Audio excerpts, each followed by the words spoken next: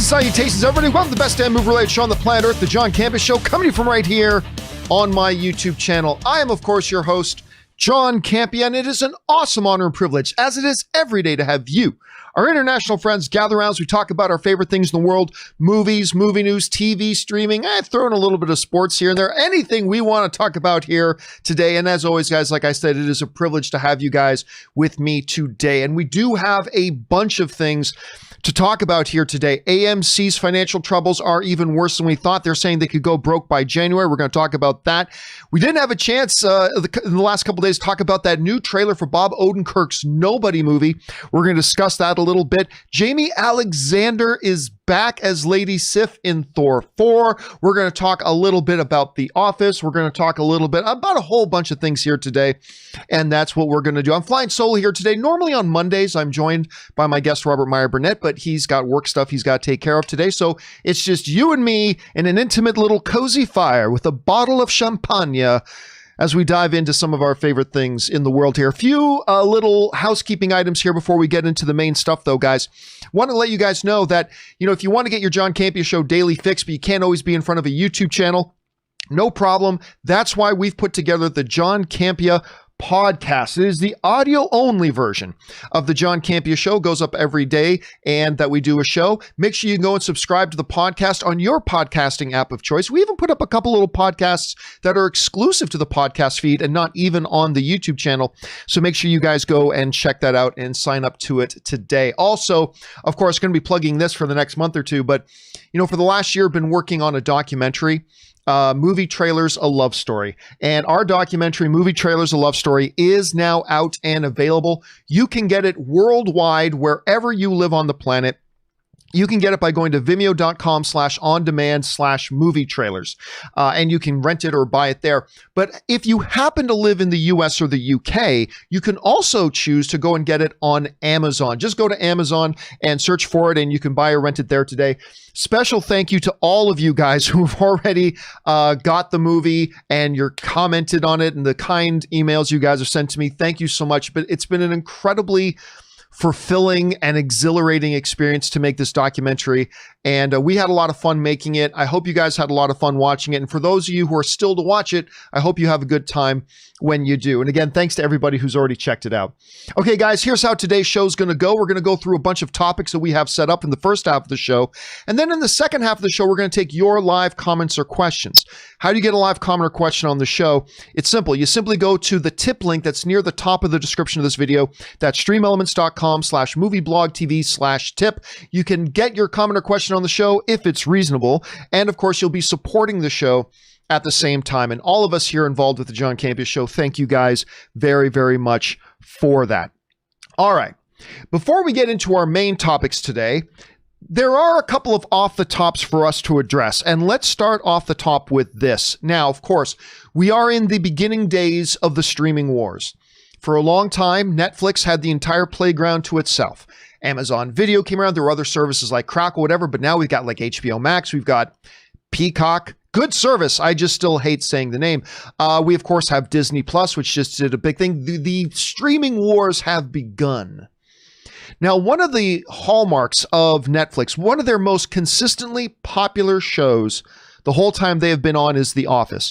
Now, we knew for some time that The Office was going to be departing Netflix and going to its real true home over on NBC Universal's Peacock network. It's just been now made, it's official now. It's completely official. Netflix itself has notified its subscribers that on its comings and goings, December 31st is going to be the final day that you'll be able to find The Office on Netflix. And I thought it was worth bringing this up because everybody knows that The Office is a popular show on Netflix, right? Everybody knows that it's popular, sure. I don't think people fully understand just how popular and important The Office has been to Netflix. Because, we live in a world where they put up this great, limited series, Queen's Gambit, which I'm sure is going to win some Emmys. Or they put up this movie of the month, or they put up this hot series of the month, and, they climb to the top of the charts on Netflix. But always just below those flavor of the month movies and shows they put up is in their top lists is always The Office. Here's the thing though. Queen's Gambit is not their number one thing anymore. You know, Queen's Gambit comes and goes. Their movie of the month comes and goes. Their hot new series comes and goes.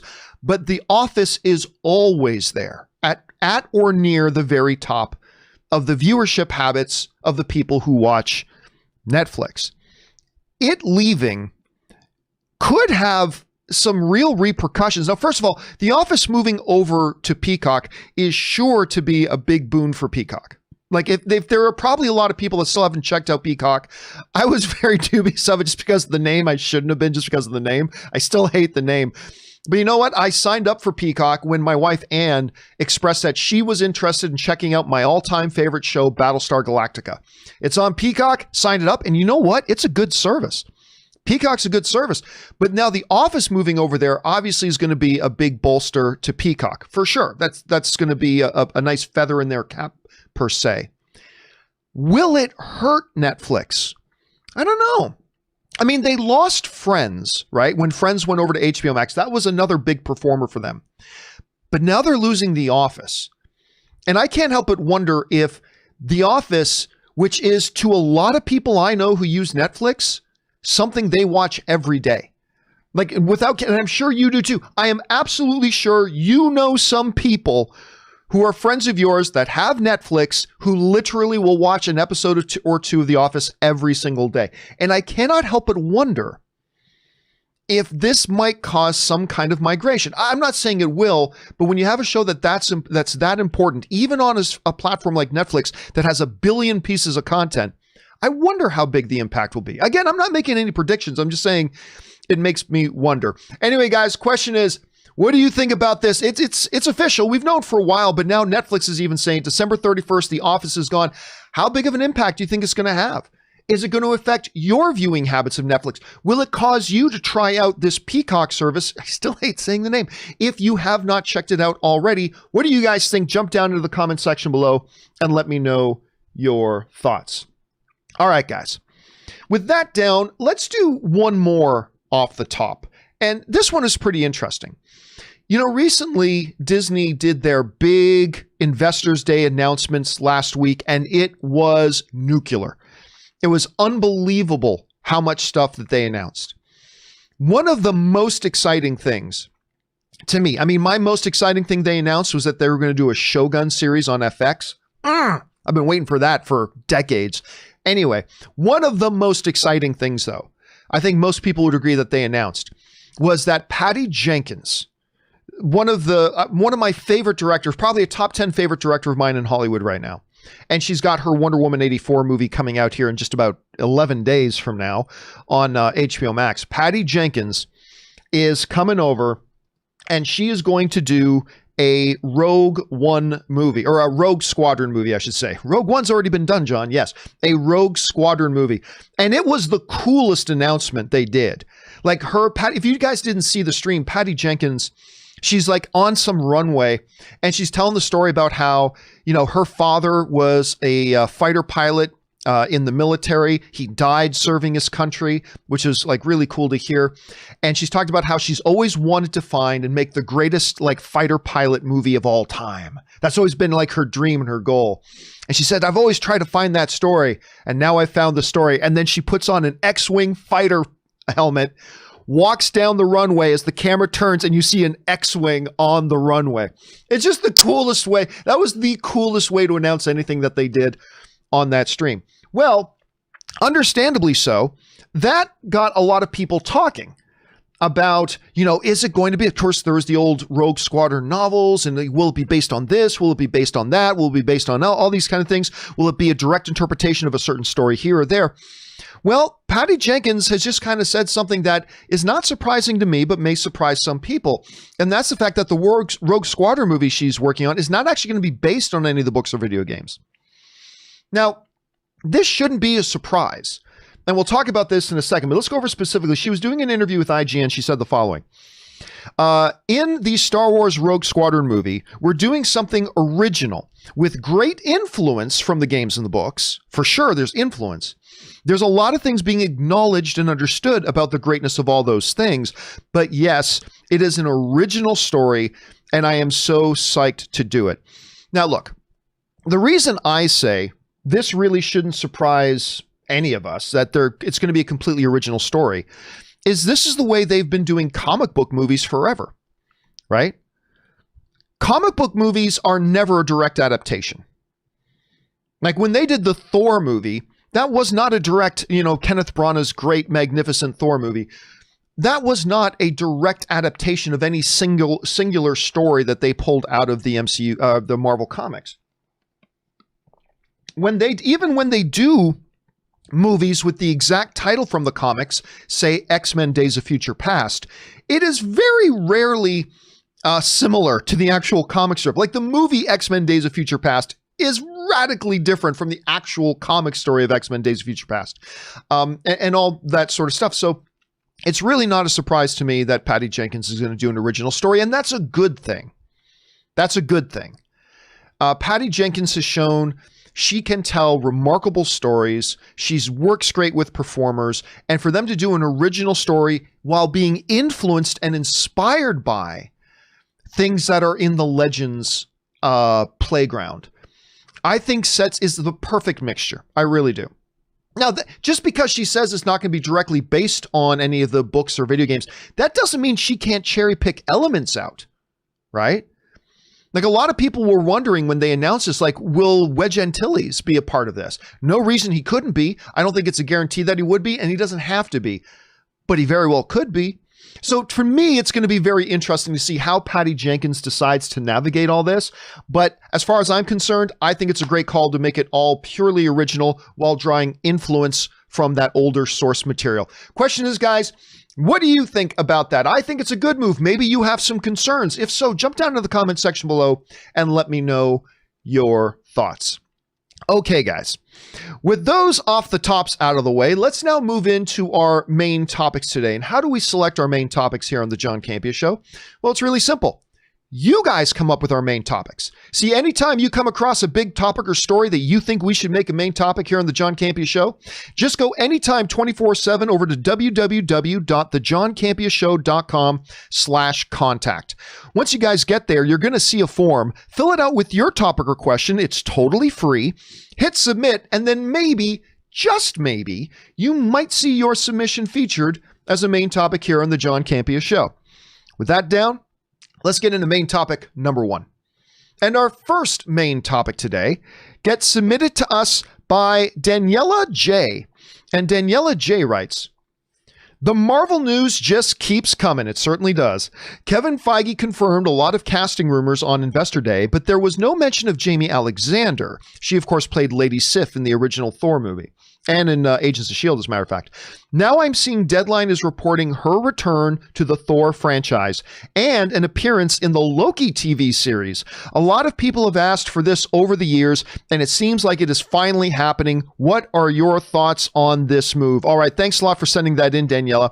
And yeah, listen, I am a big fan of Jamie Alexander. I loved her turn as Sif in both the Thor movies, and even though I'm not a big fan of Agents of S.H.I.E.L.D., I liked it when she appeared on Agents of S.H.I.E.L.D. I'm a fan. I even really like her show Blind Spot. I thought that show was great. I really enjoyed that show. And I was very fortunate and lucky enough that I actually had Jamie Alexander as my guest on a panel I did at one of the conventions. And she was as wonderful as you may expect she would be. So that's always good. So I was thrilled. Now, a lot of people were asking, why did Lady Sif suddenly disappear? Some people thought, did she get dusted? And there was some contradictory information that went back and forth about whether or not she dusted. Not really sure. But even before that, like, where did she just suddenly go? She was part of, Lady Sif in the Warriors 3. We saw what happened to the Warriors 3. But whatever happened to Lady Sif, the fact that they are now saying that she is going to be back in Thor Love and Thunder. And again, this is not coming from, John Campea's stupid YouTube channel or Gus's gasstation.fart movie reviews. This is actually coming from Deadline, who is reporting that she's going to be back. But one of the most interesting things about this was not just the fact that they said she's going to be back in Thor 4. She's going to be in Loki. Now, The Deadline report was clear to say Marvel would not give us any comment. So they reached out to Marvel directly after they found out from their sources that she was returning for Thor: Love and Thunder and was going to be in Loki, and Marvel wouldn't give them any information right now. Obviously no denials, but they didn't want to give them any information. Clearly Marvel was not yet ready for this news to drop. I think that's probably why we didn't hear Kevin Feige say anything about it. I think this was going to be, it's funny. Marvel is neat in that way, in that they will sometimes be cool with letting big information come out, but sometimes relatively smaller bits of information they like to keep tucked away as a little bit of a surprise. This seems to fit into that, right? Christian Bale as the villain. That's huge. Lady Sif returning isn't quite as big as that news, but it seems like they're trying to keep that one tucked away. Personally, I love this. I think this is a great addition to it. I cannot wait to watch this. I was already excited about seeing this movie anyway, but now I'm even more hyped. Question is, guys, what do you think about the reports coming out from Deadline that Jamie Alexander is returning as Lady Sif to Thor and Loki? That's the part to me that I find extremely intriguing and appealing. I really, really want to see this. What do you guys think? Jump down into the comment section below and let us know your thoughts. Okay, guys. With that down, let's move on to main topic number 2. And our second main topic today gets submitted to us by TJ Vance. And TJ Vance writes, have you had the chance to see the Nobody trailer?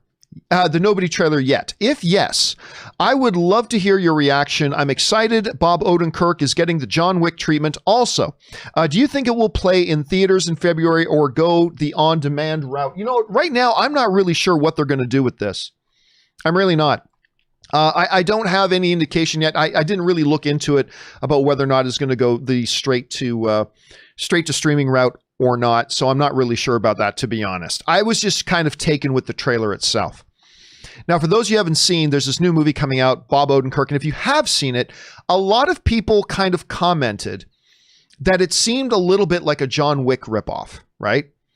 And frankly, that is fair. When you watch the Nobody trailer, you'd have to be partially blind not to recognize and see that this has a lot of John Wickisms in it, like a lot of John Wickisms in it, for sure. Both in its style and in its substance, it felt a lot like John Wick. Well, there's a reason for that. It's done by the same guys who do John Wick. This comes to us from the folks at Screen Rant who write, nearly 3 years after the film's initial announcement, remember, it was a long time ago that they announced this film, audiences now get a look at the first Red Band Nobody trailer, which shows Odenkirk, who of course plays Saul in Better Call Saul and Breaking Bad, which shows Odenkirk stepping directly into the gun-wielding, ultra-violent shoes of prolific hitman John Wick.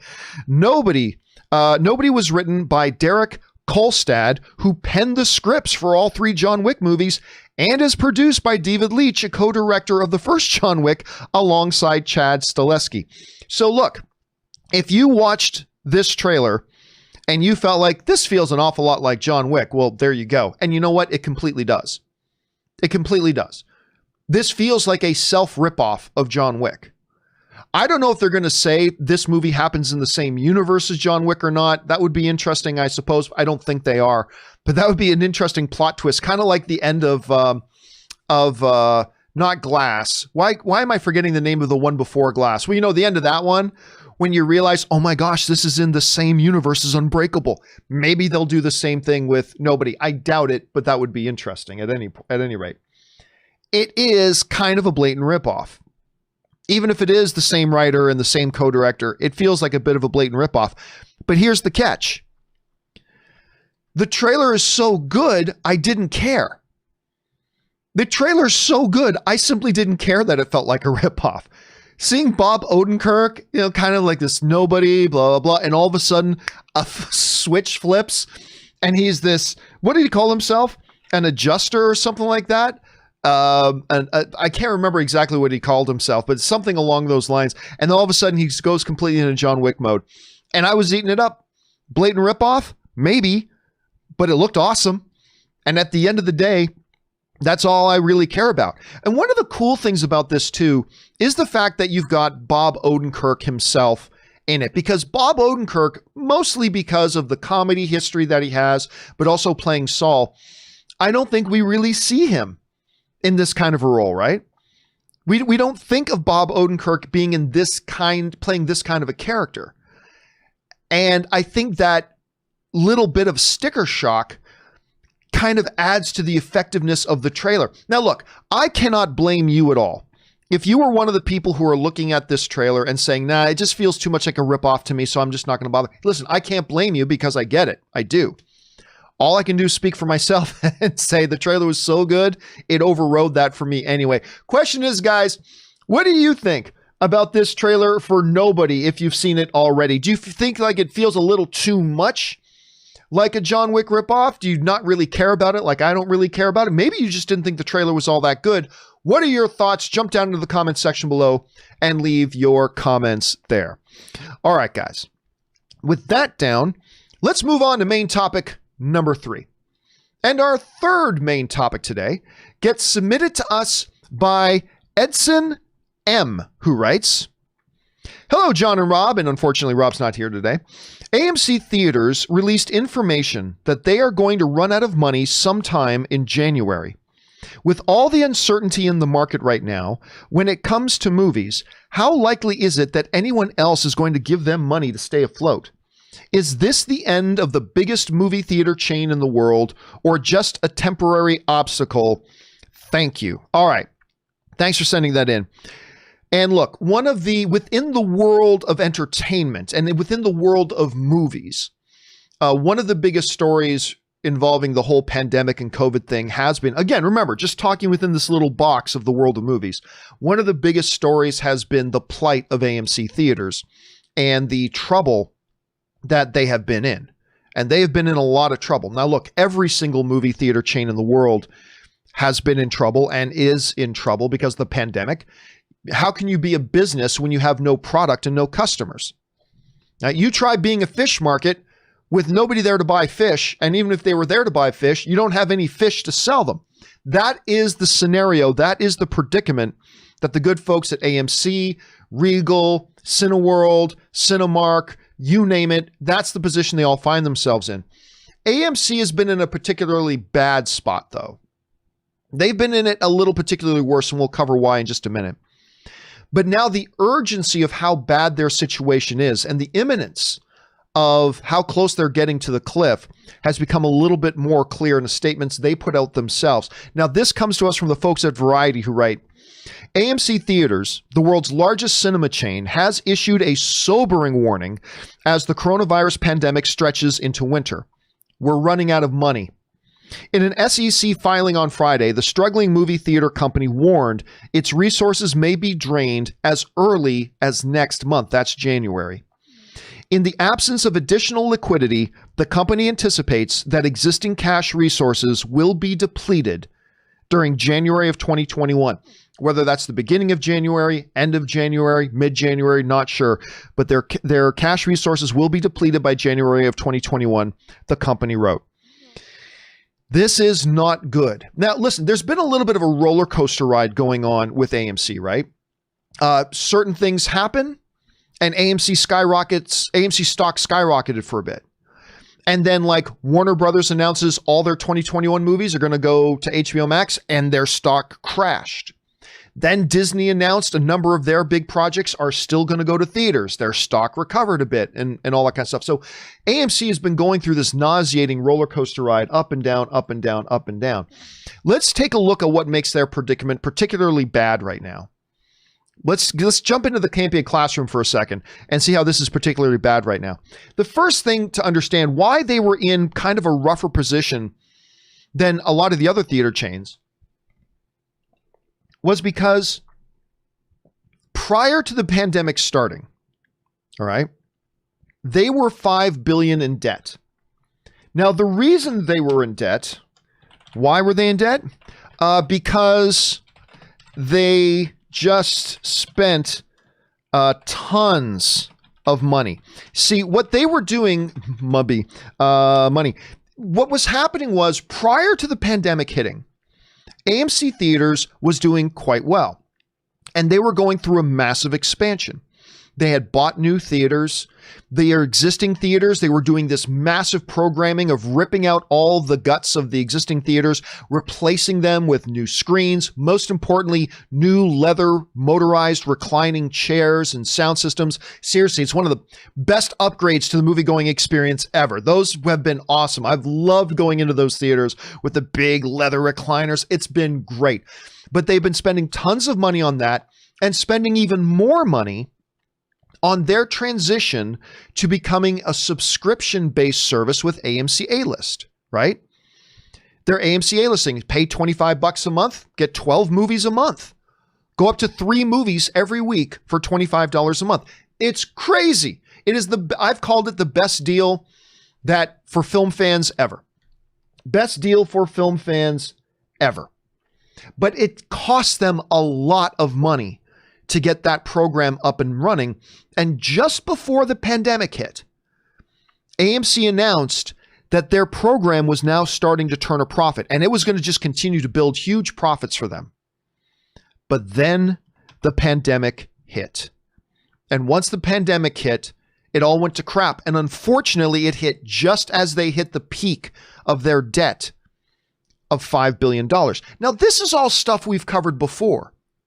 But why their position is even more precarious now is this. Right now, because they couldn't generate any revenue because of no movies, right? They couldn't pay their rent. So right now, AMC is in the hole for rent for $400 million. What we've got to remember here is that AMC does not own the vast majority of their theaters. They don't own them. They lease those theaters. They rent those theaters.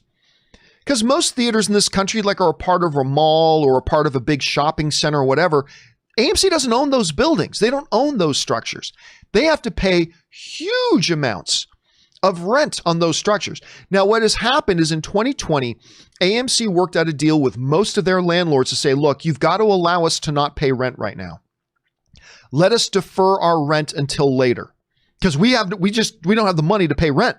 We don't have the money to pay rent. So can we defer these payments? So they were able to defer the payments.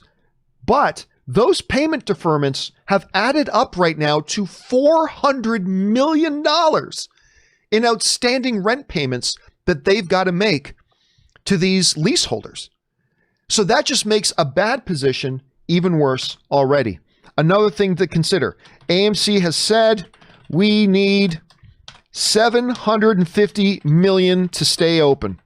In this statement they put out, they acknowledge that for us to be able to keep going into 2021, we need to come up with $750 million. Not just for the back rent, but just for basic operational needs. We need to come up with $750 million. Here's the problem they face, right? This is the problem we face. Who is going to give them money right now? Who's going to give them money? They came up with a bunch of investors a couple of months ago to get themselves a little bit more money to keep things going. But the further and further into debt they fall, who's going to step up and give them more money? That becomes the question. Their position has become precarious. What should we call it? One sign of hope is Disney. Now, of course, Disney just did their big announcement stuff the other day. And as a part of their announcements, they said a bunch of our high-profile, big blockbuster movies are still going to go to theaters. I predicted Black Widow was going to go to Disney+.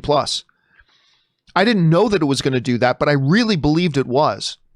And it didn't. They said, nope, we're keeping this thing theatrical. And then they listed a whole bunch of other movies that are going to go theatrical. That in and of itself might make some investors go, oh, maybe there is some hope here. I'm not saying it will. I'm just saying, seeing Disney say, we're going to still release a lot of our movies in theaters.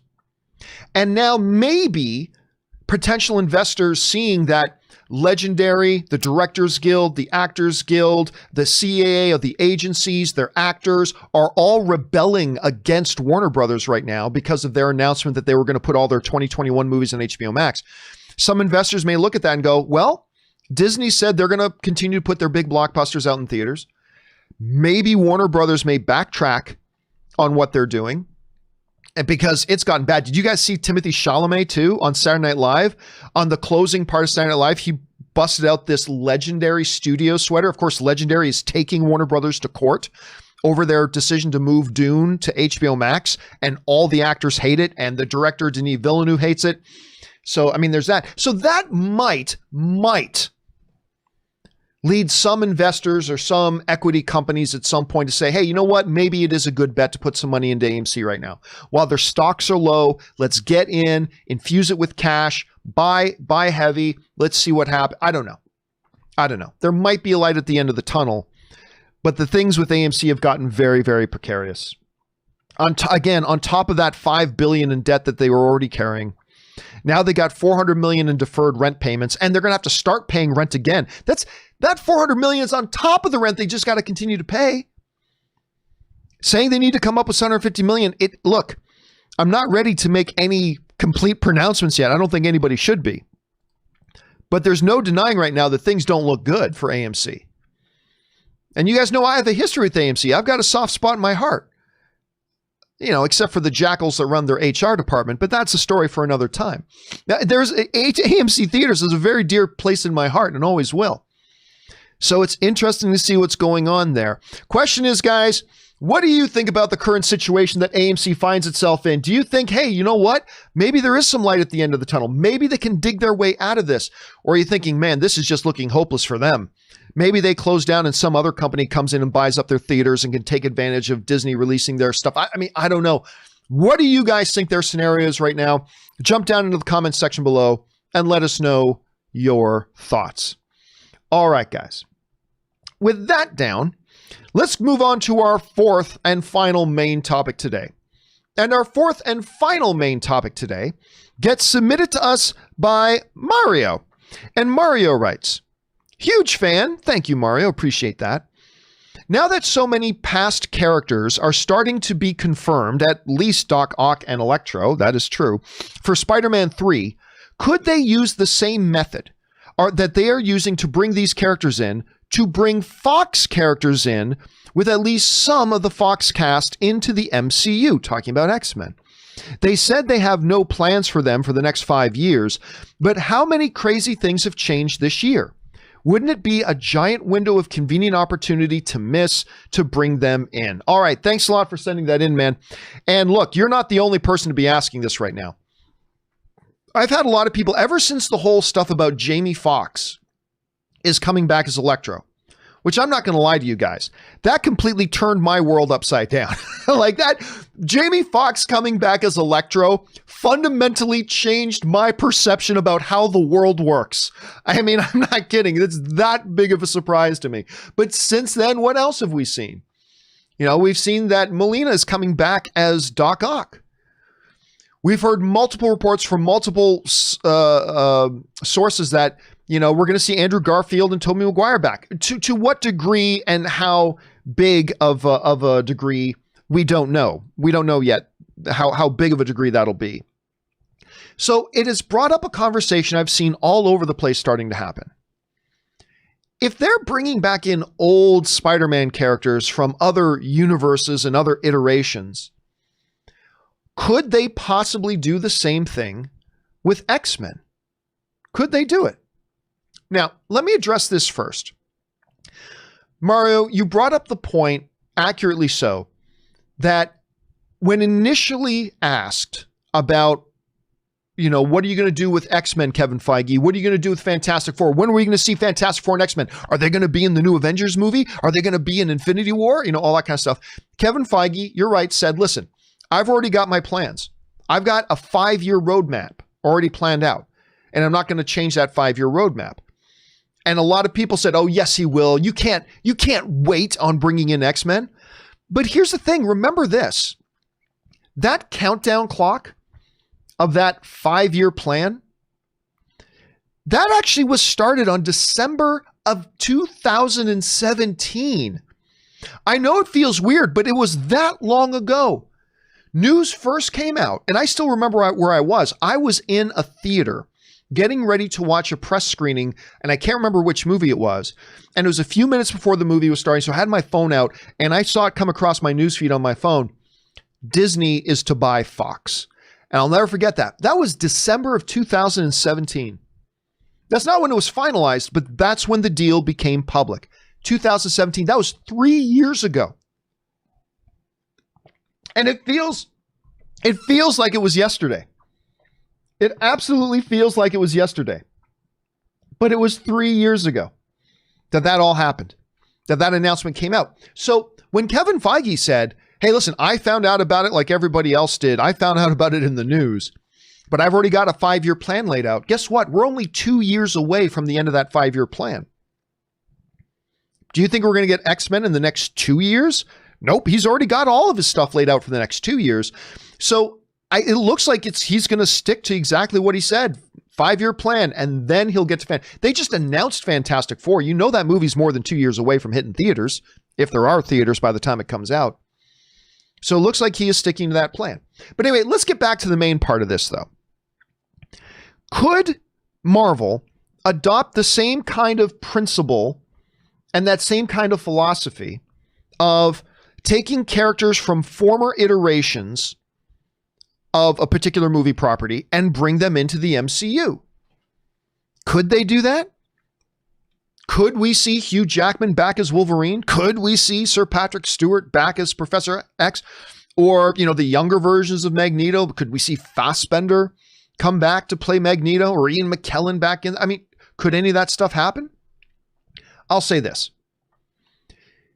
In this new upside down world where Jamie Foxx is coming back to play Electro, and of course where Ben Affleck is coming back to play Batman, anything is possible.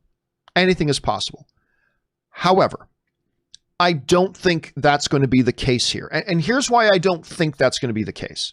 There are a number of significant differences between the situation of the Spider-Man stuff and the X-Men stuff. One of those situations is Marvel doesn't really have control over the Spider-Man character. Kevin Feige has said himself that a lot of this crossover stuff we're about to get with Spider-Man, with former Spider-Man, that all stuff came from Sony. Like, that's what Sony wanted to do.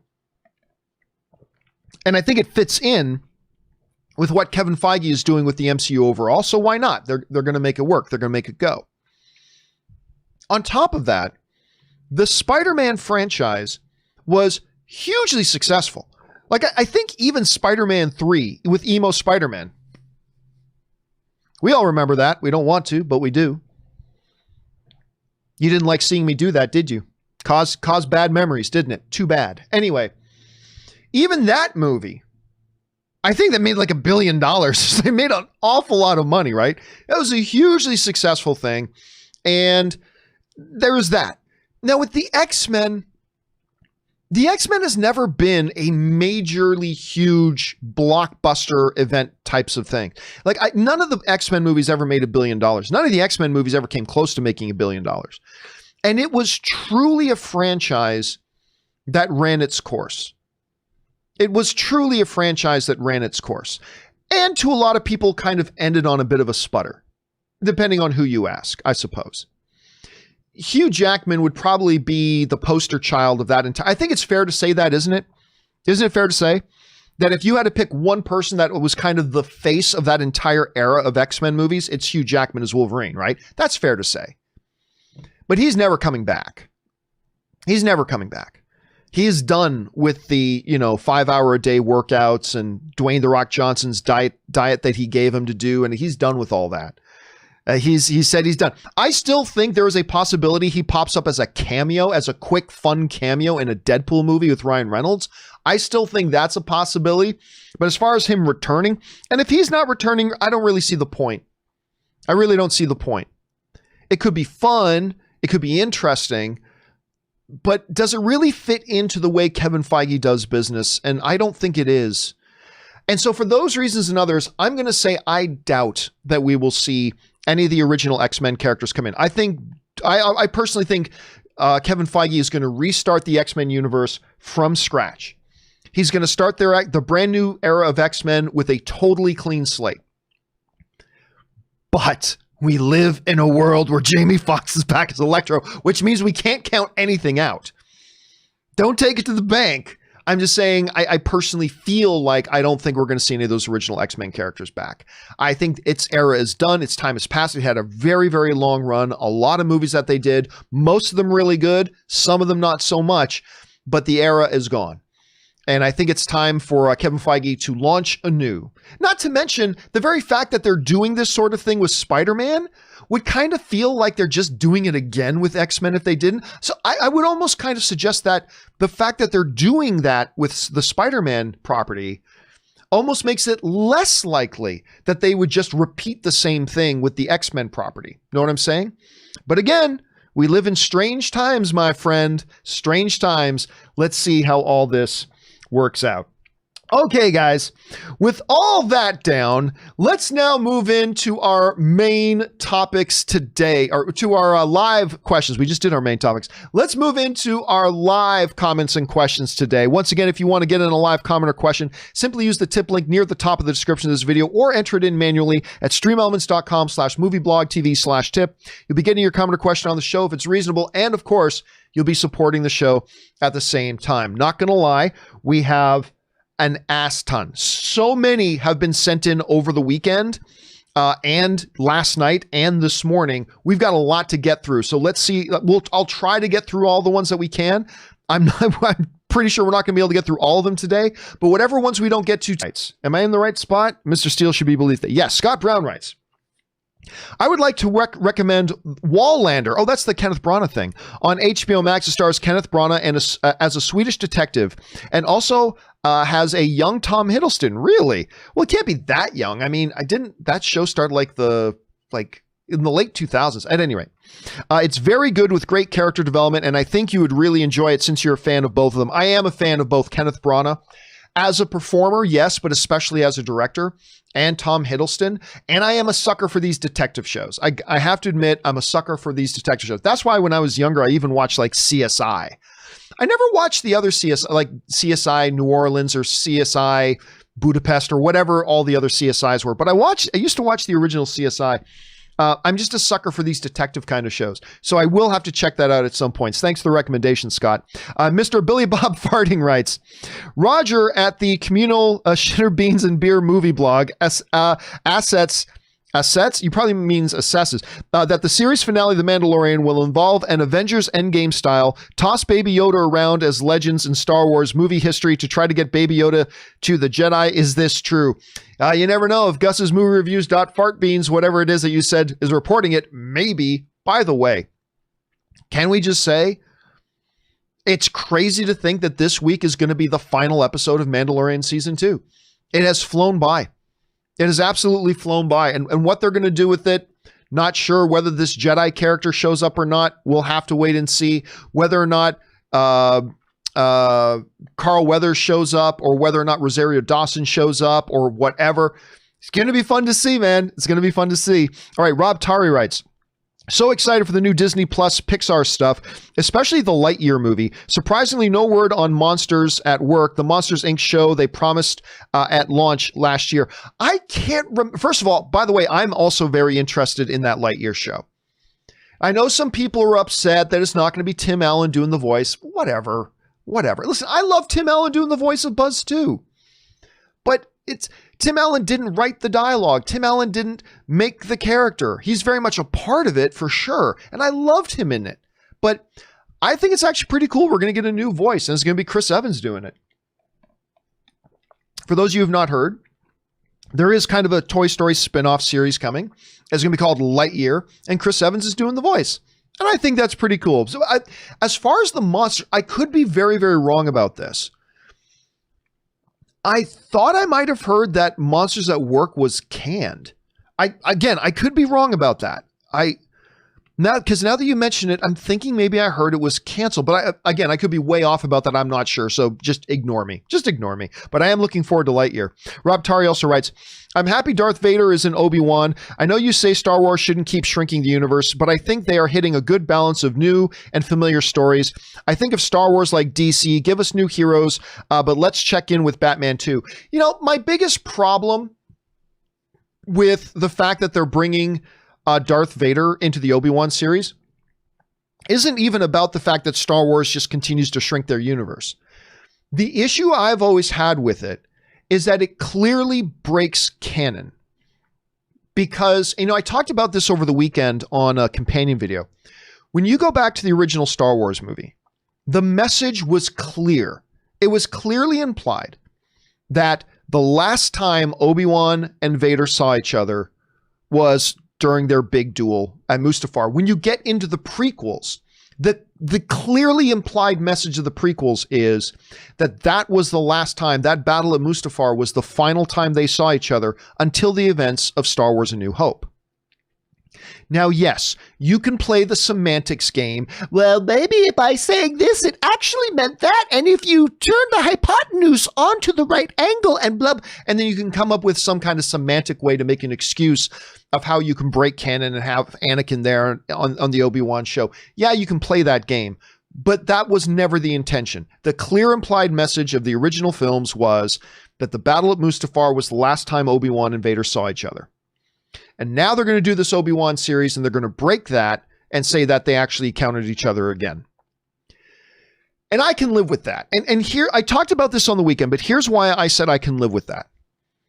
Because, number one, Star Wars has already started. They've already shown, Lucasfilm has already shown they don't really care that much about canon. We've already started to see canon being broken, both in the novels and in other things. So they already are playing fast and loose with canon already. So it's not like they have held canon as totally sacred up until this point. They've been showing cracks in their canon resolve for a long time. So it's no big deal.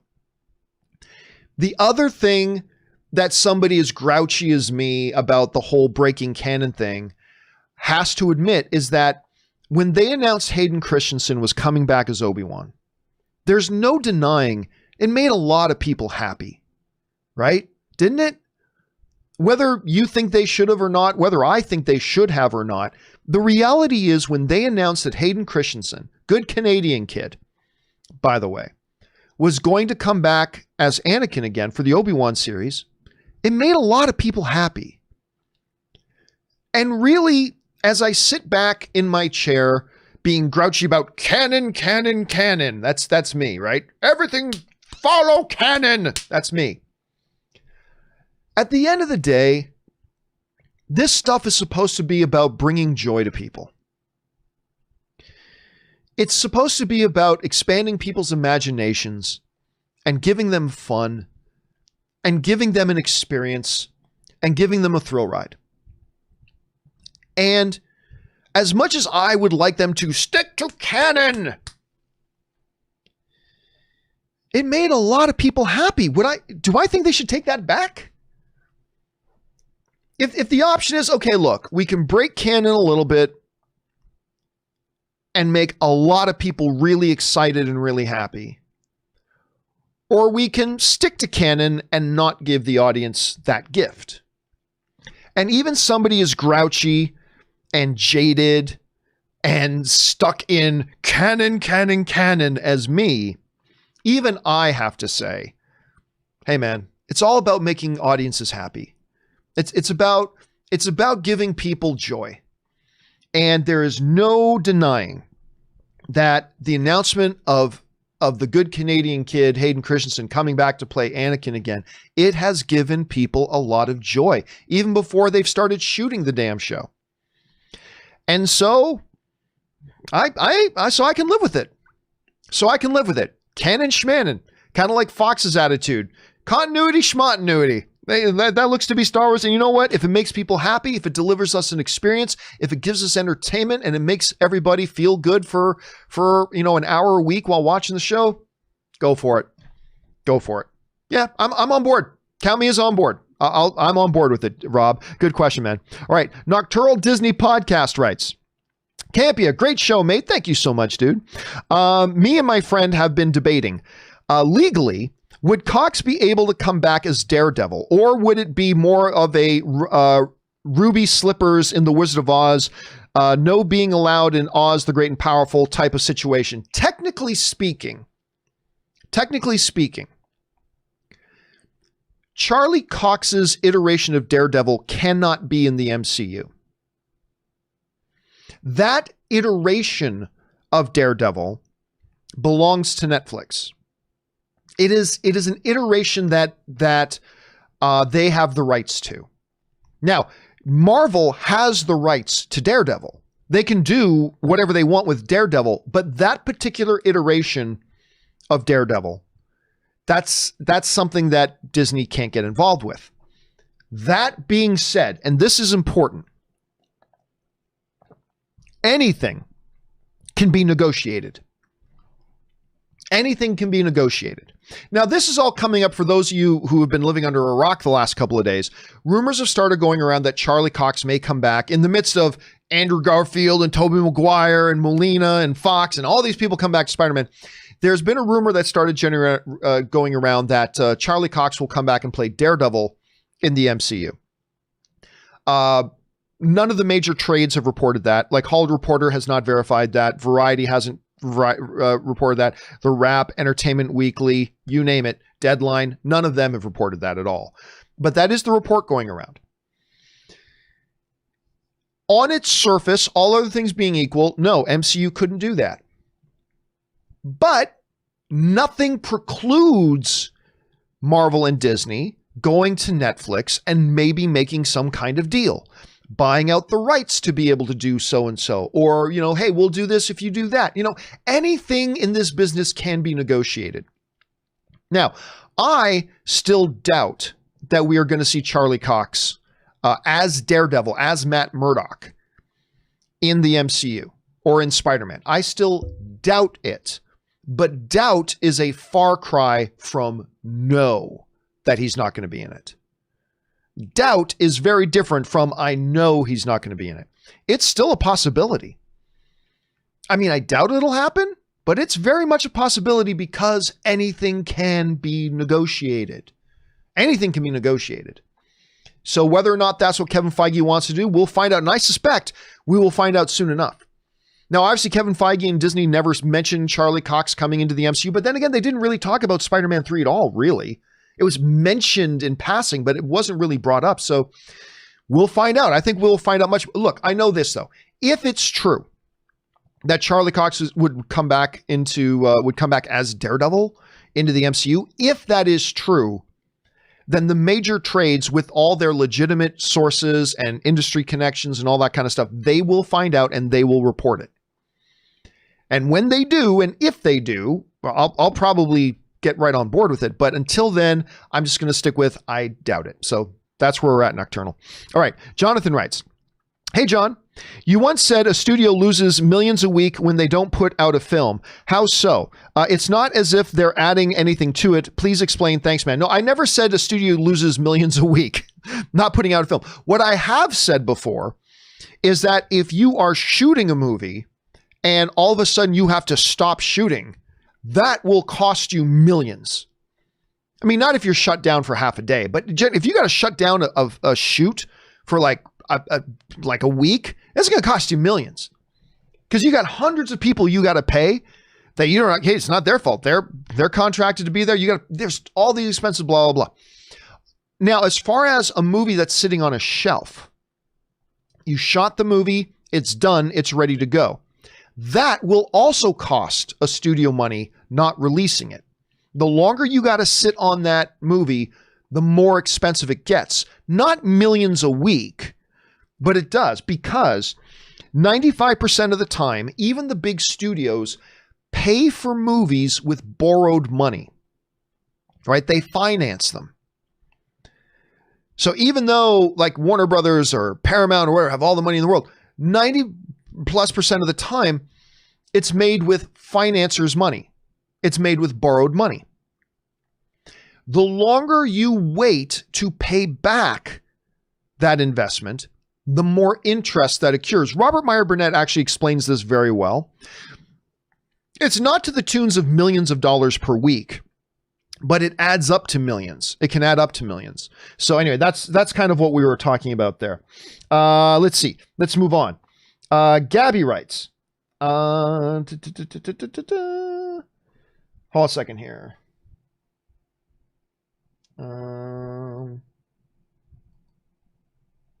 Okay, sorry about that.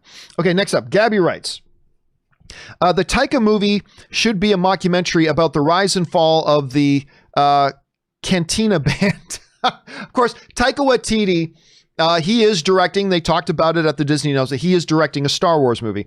Should be about the rise and fall of the Cantina Band. Also, John, I used to watch your videos when skipping class in high school, and now I'm an adult with a full-time job watching your videos at work. The more things change. Oh, dude, thanks so much. It's always amazing to me when I hear from people who say, hey, listen, I've been watching since the AMC days, or going even further back, like I've been watching since the movie blog days. Like that's where I really got started, was in my old website, the movie blog. So that's always cool to hear. So hearing people who say they've been watching like since this, a lot of times it's the fact that people say they've been watching since the Man of Steel review. The Man of Steel review is the one that gets most people tell me is when they first found us. But anyway, Gabby, thanks for being along for the ride and being around for so long. I appreciate that, man. All right, next up. Stubble McShave writes, over under 60%, Wedge, new actor, has a substantial role in the Rogue Squadron series. I think it's very much a possibility. I think 60% is kind of high. I don't know that I would take that line as a betting line. I think I'd feel more comfortable around the 40% mark, which still means legitimate chance. So I'm going to go under 60, but I do believe it's a very, very solid chance. And we will see what happens. It'll be really great. I love the Wedge Antilles character. Always have. All right, next up. Peace and Purpose writes, John, thank you for the in-depth analysis about Disney Plus you did a few weeks ago. Thank you. I had a lot of fun doing that one. It was really fun to do. I really liked doing that one. Thank you for watching it. It was like hearing the rumor. Despite you being a Renaissance man, I acknowledge you are not a financial advisor. I started immediately dollar cost averaging into Disney. So somebody asked me the other day, and somebody wrote into the show and literally asked for financial investing advice. You know, somebody was getting started in investing and wanted my tips and advice. And I'm like, look, I'm no investment expert. Let's be very, very clear. I've made a little bit of money in investing, yes, but I'm just a schmo. I mean, I don't know anything about it. But listen, right now, Peace and Purpose, investing into Disney does not sound like a bad idea at all. Investing into Disney sounds like a great move right now. All right, KW Garrett writes, why does Ben Falcone keep getting directing jobs with his wife? I know, with Melissa McCarthy. I'm not a fan of that combination, to be honest with you. His 4 films include Tammy, 24% of Rotten Tomatoes, The Boss, 21% of Rotten Tomatoes, Life of the Party, 38% of Rotten Tomatoes, and Superintelligence, 29% of Rotten Tomatoes. Perhaps bad scripts are to blame, but this is a bad track record. Listen, you know, it's funny. You go back to the AMC and Collider days. We've talked about this specific thing. Now, for those of you who don't know, Melissa McCarthy, who I think just had an Academy Award nomination. She's a terrific performer. I know some people don't like Melissa McCarthy. Maybe they're a little bit over Melissa McCarthy, and I respect that. I personally find her to be a very entertaining performer. Not always in the best movies, but I find her to be very entertaining when she's in the right material. Like I said, she just got nominated for an Academy Award. So I like her very much.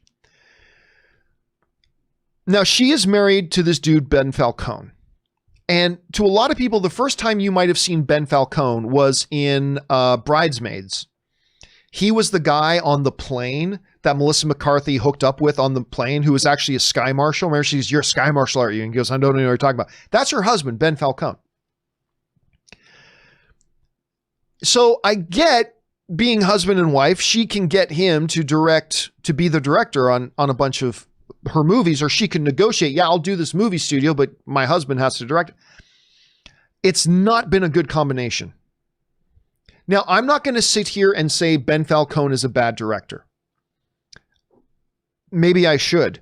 I have not enjoyed a single movie he's directed. And that combination of him directing his wife is not doing his wife's career any favors. I'm sure he's a magnificent, wonderful guy. Maybe he's even a super funny guy. I don't know, but this whole thing of him directing his wife's things, it don't work.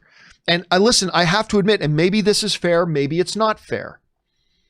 But as soon as I hear about a new Melissa McCarthy movie, I go, and then when I hear that it's going to be directed by her husband, I go, and I lose all interest. And again, maybe that's not fair. Maybe that's totally not fair. But I'm just being real with you. I mean, as soon as I hear that he's directing it, I lose all interest. So, yeah, and who knows too? Maybe she's bad for him. Maybe if he starts directing some movies with, I don't know, Chris Hemsworth, it'll be like the best movie of all time. Who knows? I don't know. But it doesn't seem to be a good fit to me. It doesn't seem to be a good fit to me. Anyway, next up. My Comic Planet writes, "Hey John, did you see the Patty Jenkins teaser for Rogue Squadron?" Oh, we just talked about it. A full-scale X-Wing, the end of it with her walking towards the X-Wing in a Top Gun homage style. That was epic. What did you think about it? I thought it was the best promo of the entire Disney. Now, it's not the thing I am most excited about. I am most excited about Shogun. After that, my next big thing of excitement is the Acolyte. That sounds awesome. I'm very excited about the Acolyte. But I think my third most anticipated thing is the Rogue Squadron, but it was the coolest announcement. The way they did it was epic. I mean, the way they did it was fantastic. I absolutely ate it up, my Comic Planet. All right, next up, Matt Stockberg writes, "Even with all the huge Marvel announcements, there is still an unclaimed date on November 3rd, 2023. I think they're setting up Young Avengers with Kate Bishop, Ironheart, Speed, and Wiccan from WandaVision, American Chavez, Ms. Marvel, and Casey Lang. I don't think they are. I mean, but again, this is Kevin Feige and Marvel, and really, he can do... Listen, everybody forgets today how much everyone scratched their heads when they announced that they were going to do a Guardians of the Galaxy movie. Everybody pretends today, oh no, I always knew that was a great idea. Bullshit. Everybody scratched their heads when they announced that they were going to do a Guardians of the Galaxy movie. Nobody would have thought that. And actually, it was Guardians of the Galaxy that led me to meeting John Schnepp. For those of you who don't know the story, when they announced Guardians of the Galaxy, I had read some Guardians of the Galaxy, but I didn't know a lot about Guardians of the Galaxy. So I put out a feeler to all of my contacts and all my friends saying, hey, does anybody know anybody who's like really well versed in this Guardians of the Galaxy? I'd like to have somebody on my show to talk a little bit more in depth about it. And then a mutual friend of me and Schnepp have a mutual friend who contacted me and said, hey, I know this dude, John Schnepp. He's a friend of mine. You'll love him. He knows like everything about Guardians of the Galaxy. You should have him. So he gave me Schnepp's contact information. I reached out to Schnepp and he said, yeah, sure. And Schnepp came in, made his first appearance on my show, and the rest is history. We talked Guardians of the Galaxy and we talked afterwards, said, we should do this again sometime. And so, yeah, and that's how we kind of got joined up that way. But at any rate, nobody thought Guardians of the Galaxy was going to happen. And they did it. And so I can sit here and say, Young Avengers, that doesn't seem like something they do, but Guardians of the Galaxy didn't seem like something they would do at the time either. And look at it. So I'm going to say, Matt, I don't think they will, but it's definitely on the table. It's definitely on the table. All right, next. Peace and Purpose writes, during the Disney call, the word that stood out to me was churn, a key metric in the world of daily, weekly, monthly active user viewers. This signaled to me that their key strategy was around preventing subscription cancellations. What's your take on churn? No, that's exactly what they have to do. What has become a common thing, and probably a lot of you guys do this, I may have done it, is some kind of property is coming to one of the streaming channels. So we sign up for it. Then as soon as we've watched that movie or watched that series, we then cancel. Right? A lot of people I know actually canceled Disney Plus once they finished watching Mandalorian season 1. They hung in there for a bit, but there was nothing else really to appeal to them. So a bunch of people I know canceled Disney Plus after Rogue One, then re-signed up when Hamilton came out because everybody wanted to watch Hamilton. And then maybe they stayed on it, maybe they canceled, but that's not new. I know a lot of people who like sign up for Netflix when like the new season of Stranger Things comes, but as soon as it's done, then they cancel. Then they sign back up when something else comes.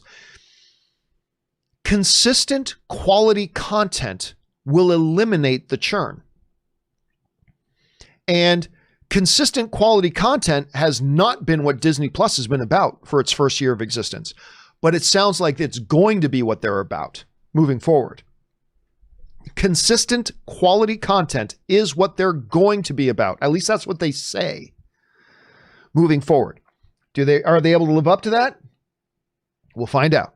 All right, next up, Neo Braveheart writes, before 2020, some viewers were asking if fans were getting tired of the MCU. Listen, people were saying that in 2015. Seriously, like every year. People are done with the MCU now every single year for like 8 years. It's been going on. Before 2020, some viewers were asking if fans were getting tired of the MCU. Do you think that the break that we got from Marvel content due to the pandemic has given fans a renewed sense of wonder and excitement for future MCU projects? I don't know.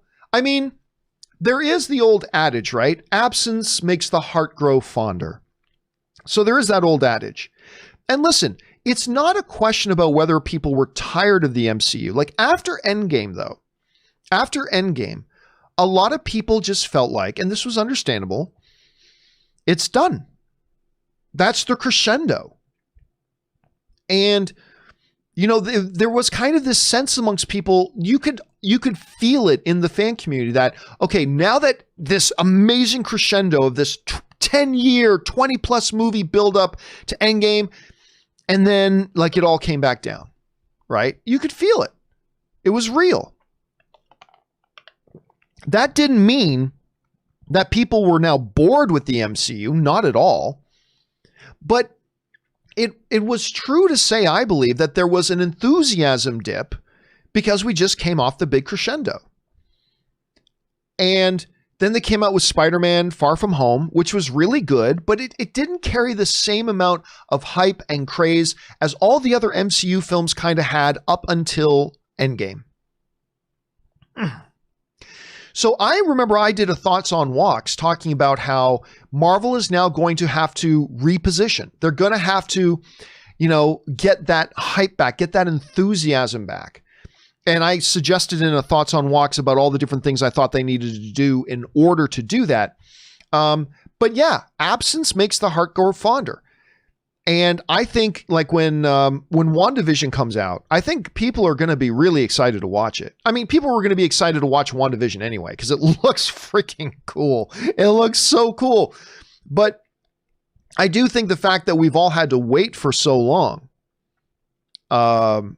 makes a bit, look, I don't mean to be crude, although I'm never afraid to be crude. But hey, listen, you and your girlfriend can have great sex, but when she like goes away for like a 2-month vacation or something like that, and then comes back, that first time back may not actually be the best sex you've ever had, but it's going to feel like the best sex you've ever had, right? That's what WandaVision is going to be for a lot of MCU fans. It may not be the best MCU entertainment that's ever put out, but it's going to feel like the best sex we've ever had, even if just for a moment. So, I mean, yeah, I think the whole absence makes the heart grow fonder thing will come into play a little bit. All right, let's move on. Where are we at? We're at Venkat Tamala writes, why is Disney trying so hard to push that their Disney series and movies are of the same level of quality? Don't people already know that with stuff on HBO, Netflix, and FX stuff? No, I would absolutely argue 90% of the time they're not the same quality. Let me rephrase that. 90% of the time, you can clearly tell when you are watching something made for television. Right? And it can be outstanding and fantastic and all that kind of stuff. But the reality is what Bob Iger was alluding to. Bob Iger was alluding to the fact that traditionally what we do is a lot more energy and effort go into a feature film on a per minute basis than goes into a television series. That's not to say the television series can't be mind-blowingly outstanding. Of course it can. But on a per minute basis, a lot more energy, effort, resources, money, whatever goes into making a traditional feature film than it does going into a television series. It just does. 95% of the time. So what I think Bob Iger was kind of alluding to was, moving forward, we at Disney Plus are not going to see that distinction. As a matter of fact, and this is really interesting, Venkat, a little while ago, Bob Chapek, the new CEO of Disney, who still works for Bob Iger, who is still the chairman of Disney, but Bob Chapek, the new CEO of Disney, came out and talked about how they just did this whole reorganization. And now they have this new department that all the different other departments will report to. And basically what it is that Lucasfilm will make their stuff, Marvel will make their stuff, Pixar will make their stuff. Disney Studios will make their stuff. Disney Animation will make their stuff, on and on and on and on. And then they'll make the stuff, but they won't decide where that stuff is going. So Lucasfilm can make a new movie, for example. Lucasfilm doesn't get to decide whether that movie goes to Disney Plus or whether it goes to theaters. That's going to be this new department. They will decide where to funnel all the individual entertainment. And if somebody makes a new series, this new department will decide, does this series go to FX? Does this series go to Hulu? Does this series go to Disney Plus? Does this what do we do with it? And I think that's a part of the overall strategy that Bob Iger was talking about on that investors meeting when he was saying, look, now we're not going to make a distinction. When we greenlight a project, it is getting every bit of energy and resources that we would put into anything else. We may put it in theaters. We may put it on Disney Plus. We may put it on Hulu. But everything that we make moving forward is going to be approached the exact same way. And that's simply not the way it's been. That's not to say we haven't had television series that are every bit as good as things we get in movies. Of course there have been. But they haven't been given that same amount of resources that movies have. And Bob Iger's now saying, we're going to give it all the same. Whether they stay to that, I don't know. We'll have to wait and see. All right, next up. Quincy writes, as a black male comic and MCU fan, not recasting T'Challa truly hurts. He deserves a trilogy if Ant-Man can get one. Frankly, it's frustrating given I've seen other heroes recast countless times, yet T'Challa is one and done. I guess it's back to Blade now. Listen, I get it, Quincy, and I agree. Like, I do not agree with Kevin Feige's decision to not recast T'Challa. T'Challa is far more important than Black Panther. T'Challa, it was the T'Challa character that became an inspiration for millions of people around the world. And that was, so impactful. It was not the title Black Panther that did all that. It was this character, T'Challa. And I think it's a mistake. I 100% believe it is a mistake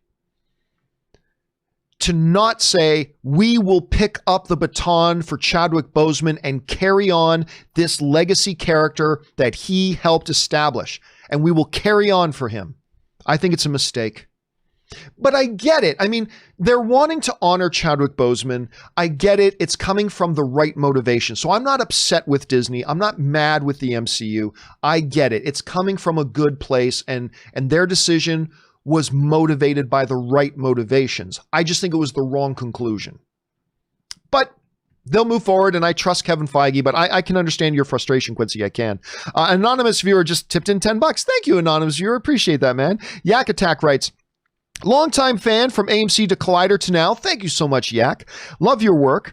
With everything Disney Plus announced, how much will we actually see the light? How much will actually see the light of day? Was this more to drive investors and subscriptions, or will their aggressive vision come to fruition? Thanks. Oh, their aggressive vision is coming to fruition. This is stuff they have been planning for years. Now, look, once in a while, something gets announced by, say, the MCU that doesn't happen, but that's extremely rare, like Inhumans. Remember they were going to do an Inhumans movie? And then we saw what happened with that, right? That has happened, but it's not, say, as typical as it was with Warner Brothers, the DC stuff. Remember a couple of years ago, DC had their investors call them like, we're doing a Green Lantern movie, and we're doing a Cyborg movie, and we're doing this and this and this and this, and none of it happened. That's not what Disney does. And that's, by the way, I don't believe that's what Warner Brothers does anymore either. But that's typically not what Disney does. They make these announcements, and for the vast, vast, vast majority of the time, there have been a couple of exceptions, but with the vast majority of the time, they follow them through. And especially if you're going to announce them at an investors meeting, you better follow them through. Because the people you can't piss off are your investors and your shareholders. So yeah, I actually believe, Yak, we're going to see all of these things. I think every single thing they announced, we're going to see. But they now say some of these things aren't coming for another 2 years. So they're at the beginning stages of a lot of them, but I do believe we're going to get all of them. I think we're going to get all of them. All right. Next up. By the way, good and special thank you to who are you here? CH3 and 3N, who sent in a super chat badge. Thank you for that. Matt's Channel M also sent in a super chat badge. Thank you so much, guys, for doing that in the live stream there. Okay, let's keep going here.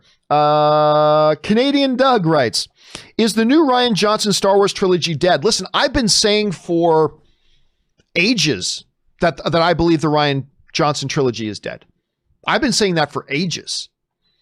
Even when they said, oh no, still working on it, I've told you guys, no. That's just PR speak. It's done.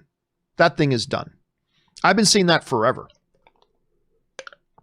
And I had it on good authority that Rian Johnson's thing is done. Now, don't get me wrong. I was looking forward to Rian Johnson's trilogy, especially after watching Knives Out. That dude, look, I don't care what you think about the Last Jedi. Rian Johnson is a tremendous filmmaker.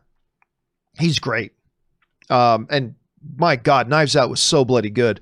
But I have said forever that Rian Johnson thing is done. So let's put it this way, Canadian Doug. I will be surprised, nay, shocked, if we find out sometime in the future that the Rian Johnson thing is officially actually happening, because I don't think it is. But I've been saying that for, God, at least 6 months. I've been saying that. So we'll find out for sure. We'll find out soon enough for sure.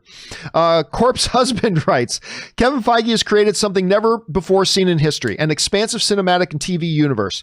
No other company creates movies that create the type of speculation, theorizing, or anticipation than the MCU does. I'm stoked. Hashtag save the theaters. Listen, what Kevin Feige and Alan Horn, by the way, we don't give enough credit to Alan Horn. Alan Horn, who is Kevin Feige's boss, Alan Horn has done such a great job, not just with the MCU, but with Disney Pictures in total. For those of you who don't know how this works, and let me just see here if I can bring this up. For those of you who don't know how this works, let me do this here. Alan Horn. Okay, so Disney is this massive thing, right? Massive company. And you have there in Disney, you got Alan Horn, right? Now, under Alan Horn is the head of all Disney Pictures. That means Alan Horn is the boss and in charge of the MCU and Pixar and Disney Pictures and the MCU. Already said the MCU and Lucasfilm and Disney Animation. A lot of people keep forgetting that Pixar and Disney Animation are two separate things, and they're both doing dynamite work right now. At the head of all of that is Alan Horn. He has been, you've had Big Papa Iger, who runs all of Disney. But the guy in charge of running all the movies for Disney is Alan Horn. Bob Iger convinced Alan Horn to come out of retirement. Because was it Warner Brothers that he used to run all the pictures for? I can't remember. But anyway, Alan Horn had retired, going to enjoy his life. And Bob Iger was like, hey, Alan Horn, buddy, I need you to come on over here and run Disney Pictures. And ever since Alan Horn came over to run all the movie divisions of Disney, they've just crushed it. I mean, they've crushed it. Think what you will about Pixar. They make the hits. Think what you will about Lucasfilm and Star Wars under Disney. They just crank out billion-dollar film after billion-dollar film after billion-dollar film. Unpopular fact, the Disney Star Wars films make more money on average per film than the MCU does. I'm not saying that the Lucasfilm puts out better movies than the MCU do today. I'm just saying on a per film basis, the Disney Star Wars films actually make more money per film than the MCU does. I mean, that's all been under Alan Horn. Disney Animation has taken off. They've done terrific leadership shuffles under Alan Horn. I'm just saying, we don't give, and I'm as guilty as this as anybody, we don't give enough airtime and talk time to Alan Horn. Of course, Kevin Feige is the mastermind architect of MCU, and he deserves all the credit in the world. I'm just saying, we often forget to tip our hat to Alan Horn. The dude, and I've had my issues with Alan Horn before. Everybody knows this. I've had my issues with Alan Horn, but give credit where it's due. This dude, I mean, if there is a Hollywood Hall of Fame, he's a first ballot Hall of Famer for sure. All right, Doug Saylor just tips in. Thank you so much, Doug Saylor. Jude Auditor writes, Hi, John. Hope you're doing well. I am doing well, Jude. Thank you so much for asking. While I am stoked about all the new Star Wars content coming out, I noticed that none of them will delve into the Old Republic era. As an Old Republic fan, I'm a bit saddened by this. Will Disney ever touch the Old Republic? Oops, sorry, we had a bit of a jump there. Where were we at? Jesse, Owen, Yoda. Oh, sorry about this, guys. I hate it when we have these jumps. Oh, wait a second. Now we're too far behind. Where did I go? Also, let me see if I can find this. I'm sorry, guys. I had a bit of a jump that happened. Let me see if I can find it. Okay, we're back to the right spot now. We're back to the right spot. Sorry about that. When it comes to the Old Republic, all right, there are a number of things. Now, first of all, look, right now they're going to kind of focus on the Mandalorian timeline because we've got 3 shows that are going to be in the Mandalorian timeline, which takes place about 5 years after the end of Return of the Jedi. So it's Mandalorian, Rangers of the New Republic, and the Ahsoka Tano show. So there's that. And then we're going to have Rogue Squadron. I'm not exactly sure when that's going to happen, but it's probably going to be in this Rebellion Republic era sometime. But then we've got a bunch of stuff coming in the High Republic, right? Which is like 500 years ago. Instead of thousands of years ago, it's 500 years ago. We know that this show, The Acolyte, is going to happen in that time frame.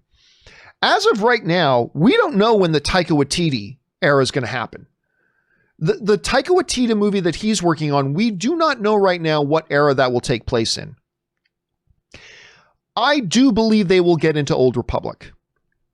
They're not going to do a direct movie translation of like any of the Old Republic games, just like they don't do direct translations of any stories. Kevin Feige doesn't either with the MCU. We talked about that a little while ago. But I believe at some point they will get into it. There's just too much stuff there. Remember, one of the things Kathy Kennedy said was she made sure to point out we've got 25,000 years. 25,000 years of Star Wars history for us to evolve. I think that was her giving a little bit of a hint that Old Republic stuff is coming. I think they've got some established stuff they want to do first, and then Old Republic stuff. But I'll be honest with you, I'm kind of excited about this High Republic era. At least it's a new era.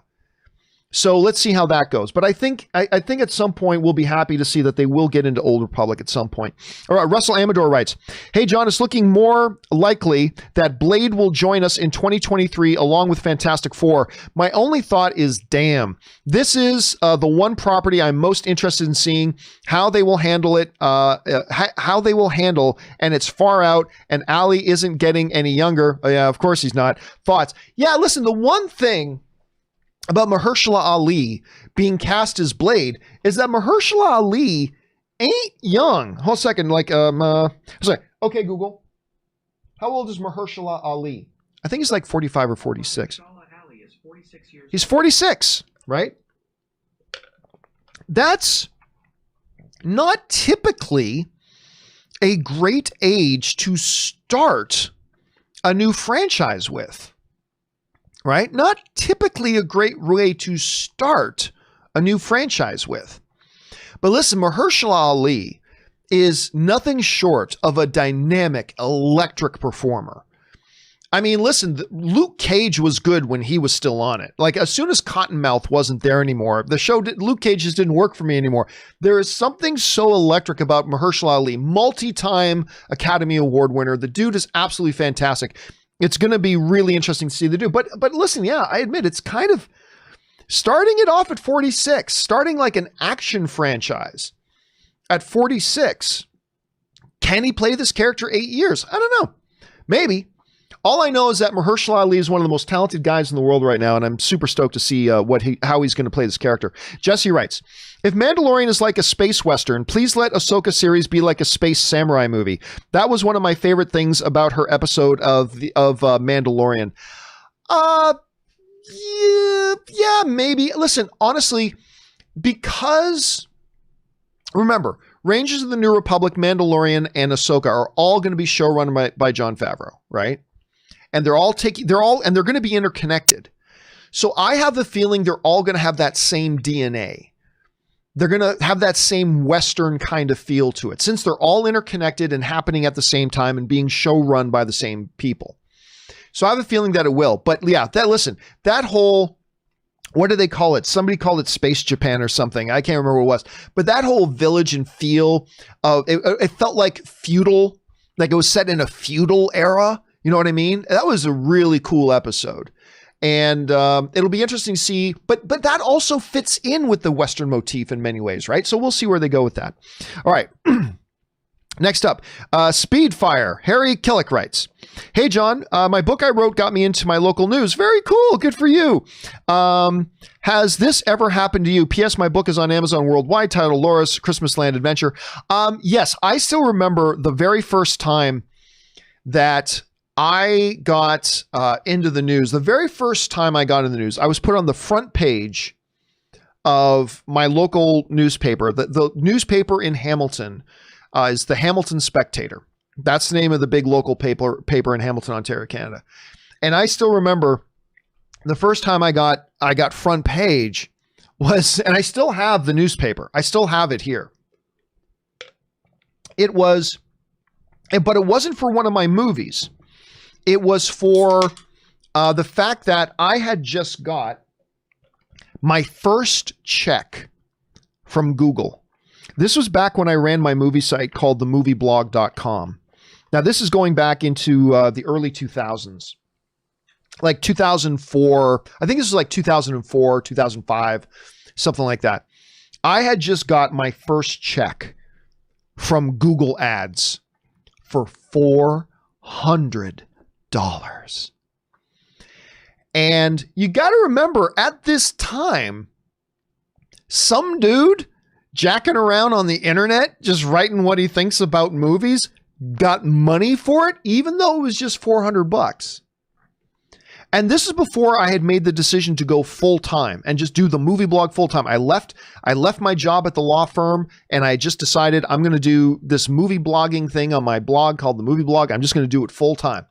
But the thing that started me thinking about doing that was when I got my first check from Google for $400.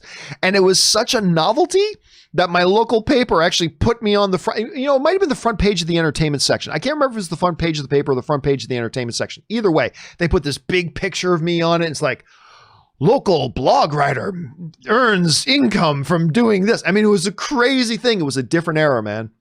It was a different era when that all happened.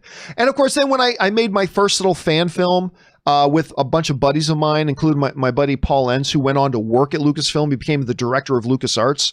But this buddy of mine, Paul Enns, and I, we made this, and with a bunch of our other friends, we made this fan film, this Star Wars fan film that was a cross between Godfather and Star Wars: The Phantom Menace.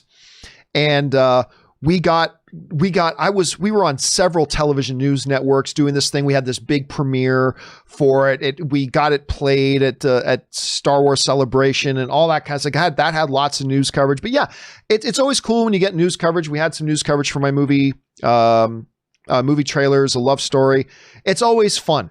It is always fun with it. So enjoy it, man. Enjoy it. You put a lot of work into writing a book. Enjoy it. All right. Bojax writes, John, do you think AT&T sold Crunchyroll in order to use that $1.2 billion to help pay out the actors, studios, etc., for all the mess the HBO announcements caused? No.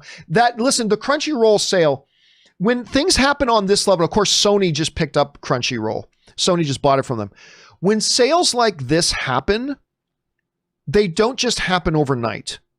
They take months, sometimes years, to conceptualize, structure, and then to finalize. It can take years. So a lot of us on the outside, we look at it, it's like, oh, they just sold this. Oh, and this just happened. They must have did this to do that. No. This would have been something that was in motion maybe as early as January. I mean, this would have been in motion for a long time. So no, there's no causality here. As the Merovingian would say in Matrix 2, there's no causality here. They're two totally separate things. But I could see why you'd ask. Yaz writes, Disney has 80 million subscribers from one show and a library. They don't need to gamble their box office money. Warner had to pull a desperation move to get HBO Max off the ground and into the fight. I mean, that's what it was. And listen, the email that Robert Meyer Burnett got from a Warner Brothers source basically said that it was not AT&T. A lot of people, the common belief right now is that it was AT&T that made them do this, that made Warner Brothers do this. But the email Rob got implies that the head of Warner Brothers did it to try to curry favor with the AT&T bosses. And it's blown up in their faces. And you're right. As of right now, their launch has been garbage compared to Disney's launch. They have half the number of subscribers that Disney does. And Disney's only been around for a year. So it was an absolute desperation move. It was an absolute desperation move. But they've pissed all of their allies off in the process. We'll see how this transpires from here, Yaz. We'll see how it transpires from here. All right, next up. Donnie Yasu writes, I'm not a fan of the T'Challa decision, and I hope they recast him down the road. I can respect it, though. Maybe they'll split his role with Shuri as Panther and M'Baku as King. I know M'Baku is against tech, but maybe he changed his tune after IW's Bear. Listen, it would make far more sense. There is nothing in the Black Panther movies to remotely suggest Shuri knows how to fight at all. She makes her tech gauntlets to fire stuff at people, but she can't be, I just don't see how you make her Black Panther. There was nothing in those movies to suggest she can be a great combat warrior. M'Baku, on the other hand, could very much be King and Black Panther. M'Baku almost was Black Panther and King. He came this close to defeating T'Challa, like this close to beating T'Challa in the first Black Panther movie, right? He has a rightful claim to the throne if he wants it and to be Black Panther. And Shuri, they never portrayed Shuri in any way, shape, or form as wanting to be head of government or to get involved in fisticuffs. When she needed to fight, she put on her gauntlets and blasted some people, but after that, she wasn't much use. She is the smartest person in the MCU. And I think that's why she likes to live in her lab. So I think it makes far more sense. If you're not going to recast T'Challa, which I really wish they would, but if you're not going to recast T'Challa, the one that makes most sense is M'Baku to be both King and Black Panther. And then heighten the role of Shuri as well. But I don't know. Who knows? I have no idea what they're going to do. That's just what I would do personally, Donnie. That's what I think makes most sense. But we'll find out. All right. Cesar Rivera writes, I was hoping for some Tron 3 news at Disney's Investor Day. Yeah, I wasn't expecting that. But that's okay. I'm so excited for the Willow series. My wife is actually really excited for that Willow series. She's like really stoked about it. It'll help add some variety in terms of premium series. That's true. On Disney Plus, also just love fantasy. Excited for Star Wars, Visions, I should say. Luca, that looks good too. And Loki. Yeah, there's so much stuff there. Like, and the other thing is, like, my wife has been watching a bunch of, like, Warwick Davis has had this series. My wife has been totally getting into Warwick Davis the last few years. So as soon as they announced, or last few months, I should say, as soon as they announced that they were doing the Willow series officially at the Disney event, my wife lost her mind. She's like, she's all about that Willow series because of Warwick Davis, right? And I'm not going to lie to you, I'm pretty excited for it too. It's not like one of the most exciting things to me coming out of that Disney investors meeting, but I'm on board with it. I'm absolutely on board with it. All right, Alan Horn writes, do you think Noah Hawley's new show might alienate audiences? I'll give you the drum shot.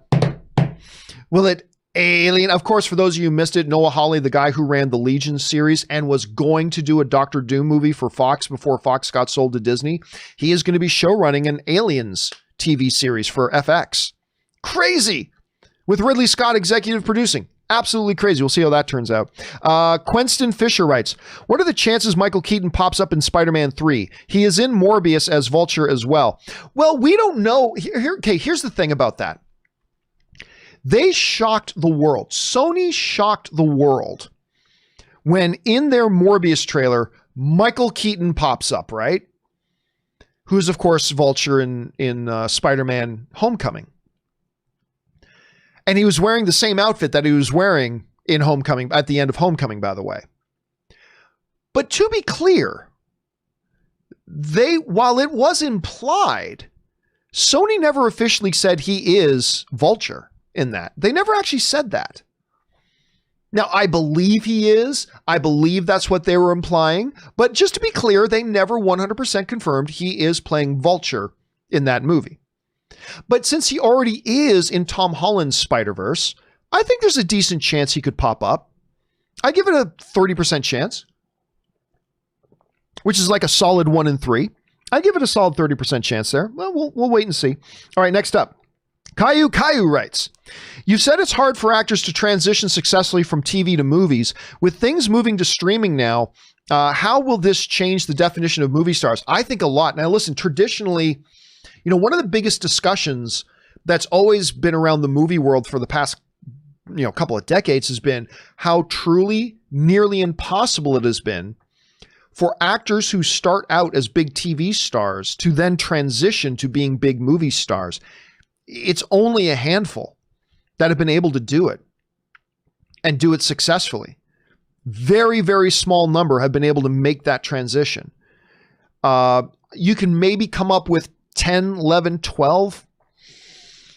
But the new era of streaming, I think, blurs those lines. I think it really blurs those lines a lot. And so I think today and moving forward, there won't be nearly as much of a barrier to somebody who, first becomes really big and famous on a TV streaming show, being able to make that leap to feature films. I don't think it's going to be as difficult as a move today as it used to be.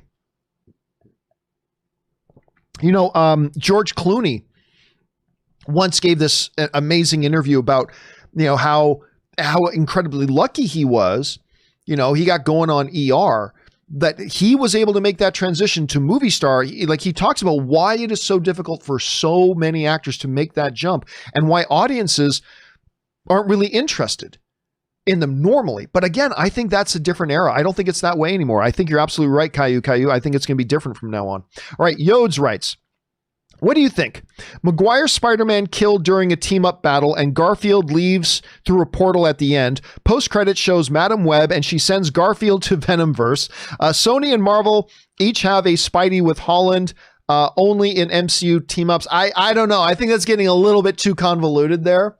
But you bring up something here, Yodes, that somebody brought up on the show the other day, which is what everybody seems to be forgetting about, me included, is that Sony is developing a Madam Web movie. And when we're talking about what's going to happen here with Spider-Man 3 and the possible inclusion of Jamie Foxx Electro and all that kind of stuff, none of us seem to be thinking about Madam Web. Now, maybe they don't address Madam Web at all. Maybe they don't address that character in the least in this new movie. But it's something that as we start theorizing that we should keep in the back of our head. So I'm glad you brought that up, dude. All right, next up, Owen J writes, "Loving all the Star Wars content like Mando, Clone Wars, etc. But it's just a shame that all of these stories lead to the sequel trilogy. Don't want to be negative, but it just makes these stories have a dark cloud over them because of those films." Oh, I disagree. I 1,000% disagree. Number one has nothing. One has nothing to do with the other. Remember, the events of Mandalorian and the Rangers of the New Republic, these things all happened 15 or 20 years or longer before the events of the Force Awakens. So they're separated by tons of time. So there's nothing there. Besides that, The Force Awakens is fucking awesome. I don't care what anybody says. The Force Awakens is fantastic. There's a reason it is still the number one domestically in the US, the number one box office film of all time. A lot of people get surprised by that. I mean, the important number is worldwide. That's the important number. But slightly less important than that is in the US market domestically. The number one box office film of all time is actually not Avengers Endgame. The number one box office film of all time in domestic box office is actually Star Wars: The Force Awakens. A lot of people forget that. Interesting little fact there for the day. I think that movie's fantastic. I don't think The Last Jedi was as good, but I still like The Last Jedi. I have some issues with it that I've talked about at length, and I really didn't like The Rise of Skywalker, but whatever. But The Force Awakens is fantastic. Rogue One is absolutely fantastic. But again, it's really inconsequential because these aren't going to really, there will be symbolic connection to the new ones.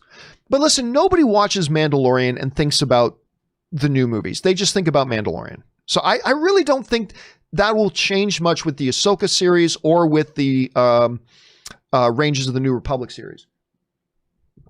I could be wrong about that, Owen. I mean, I could be really wrong about that, but I don't think it's going to have any kind of a cloud hanging over it for the vast majority of people watching these shows. I really don't.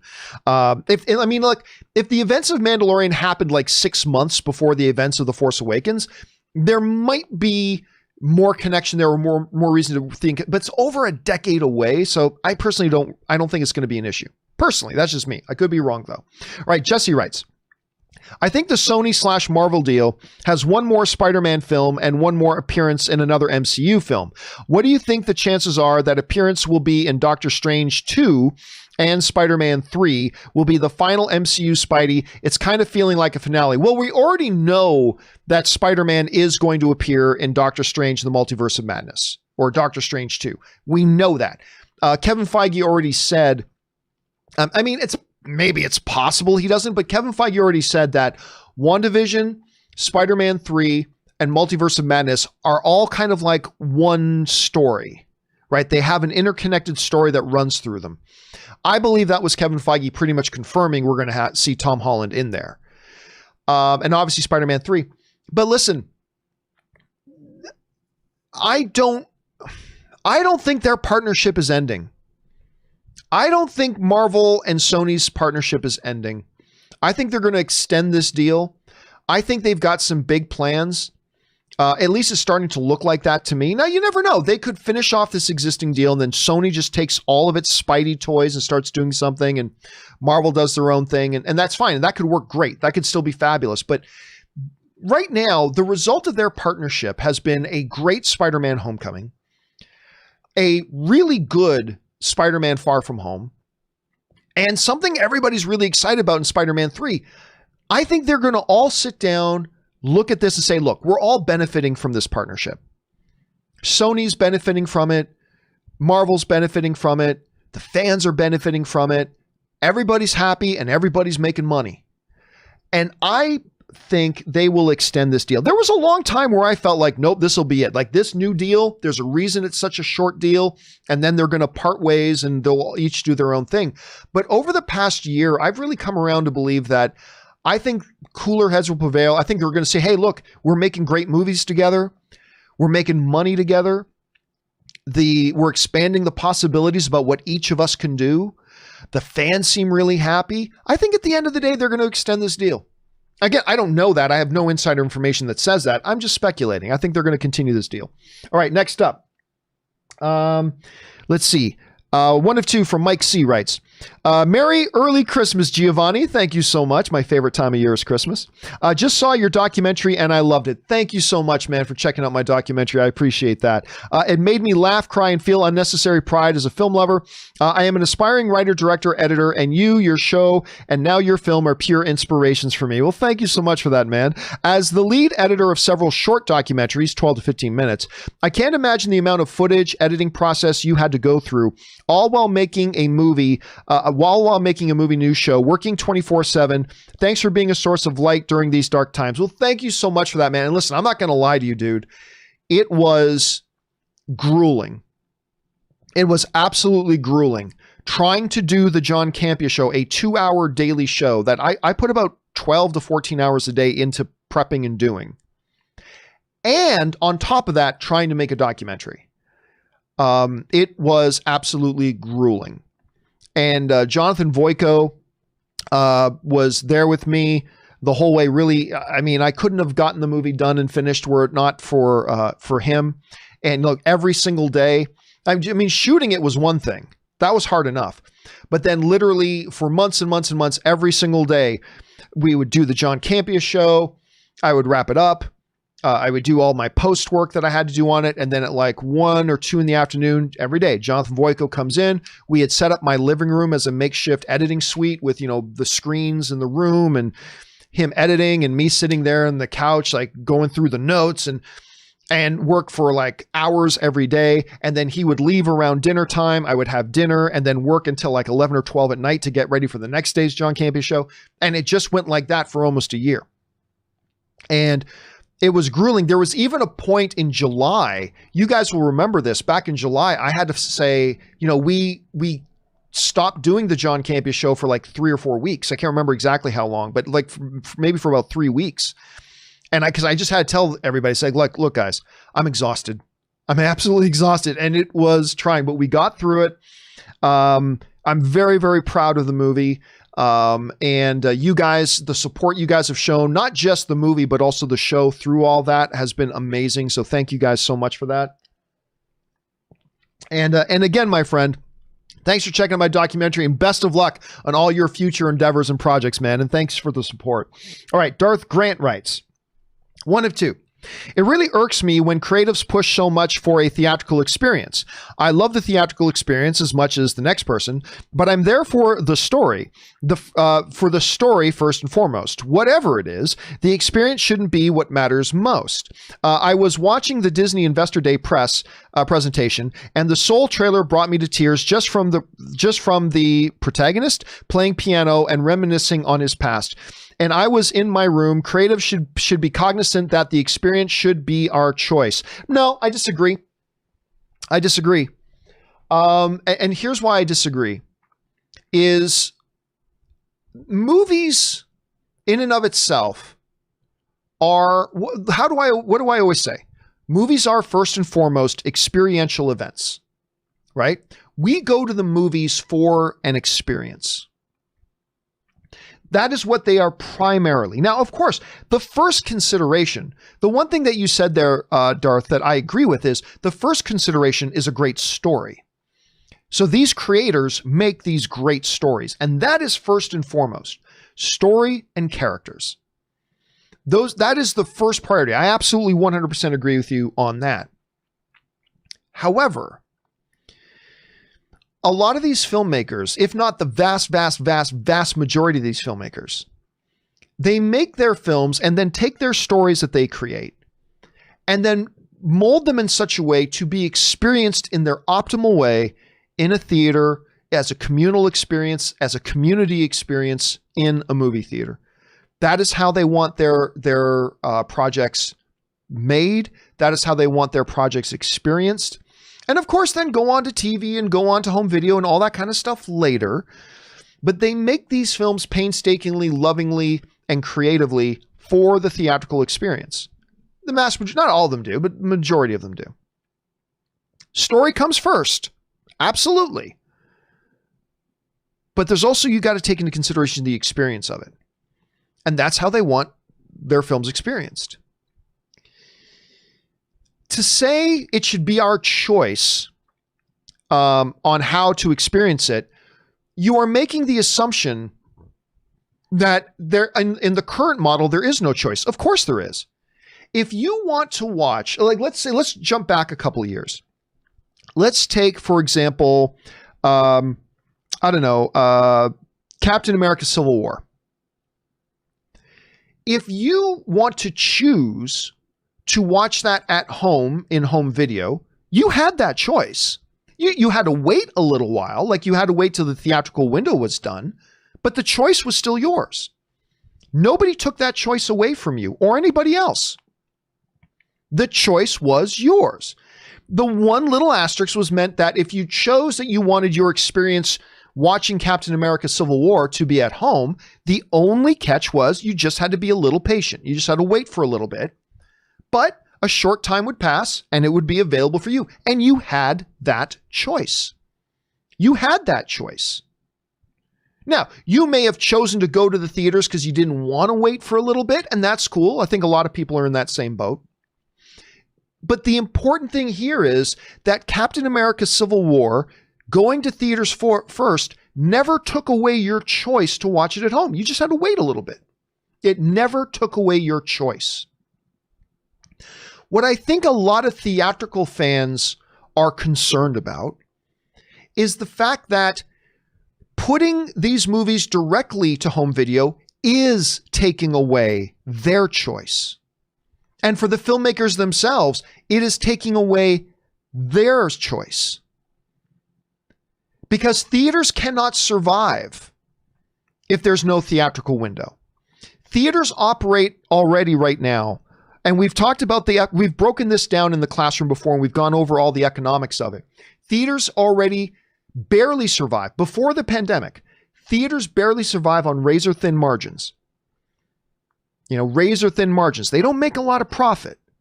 They make money. They can keep their doors open. They can have good years, but they have very, very thin margins. The moment something comes along that takes away 30% of their business, they can't exist anymore. They close.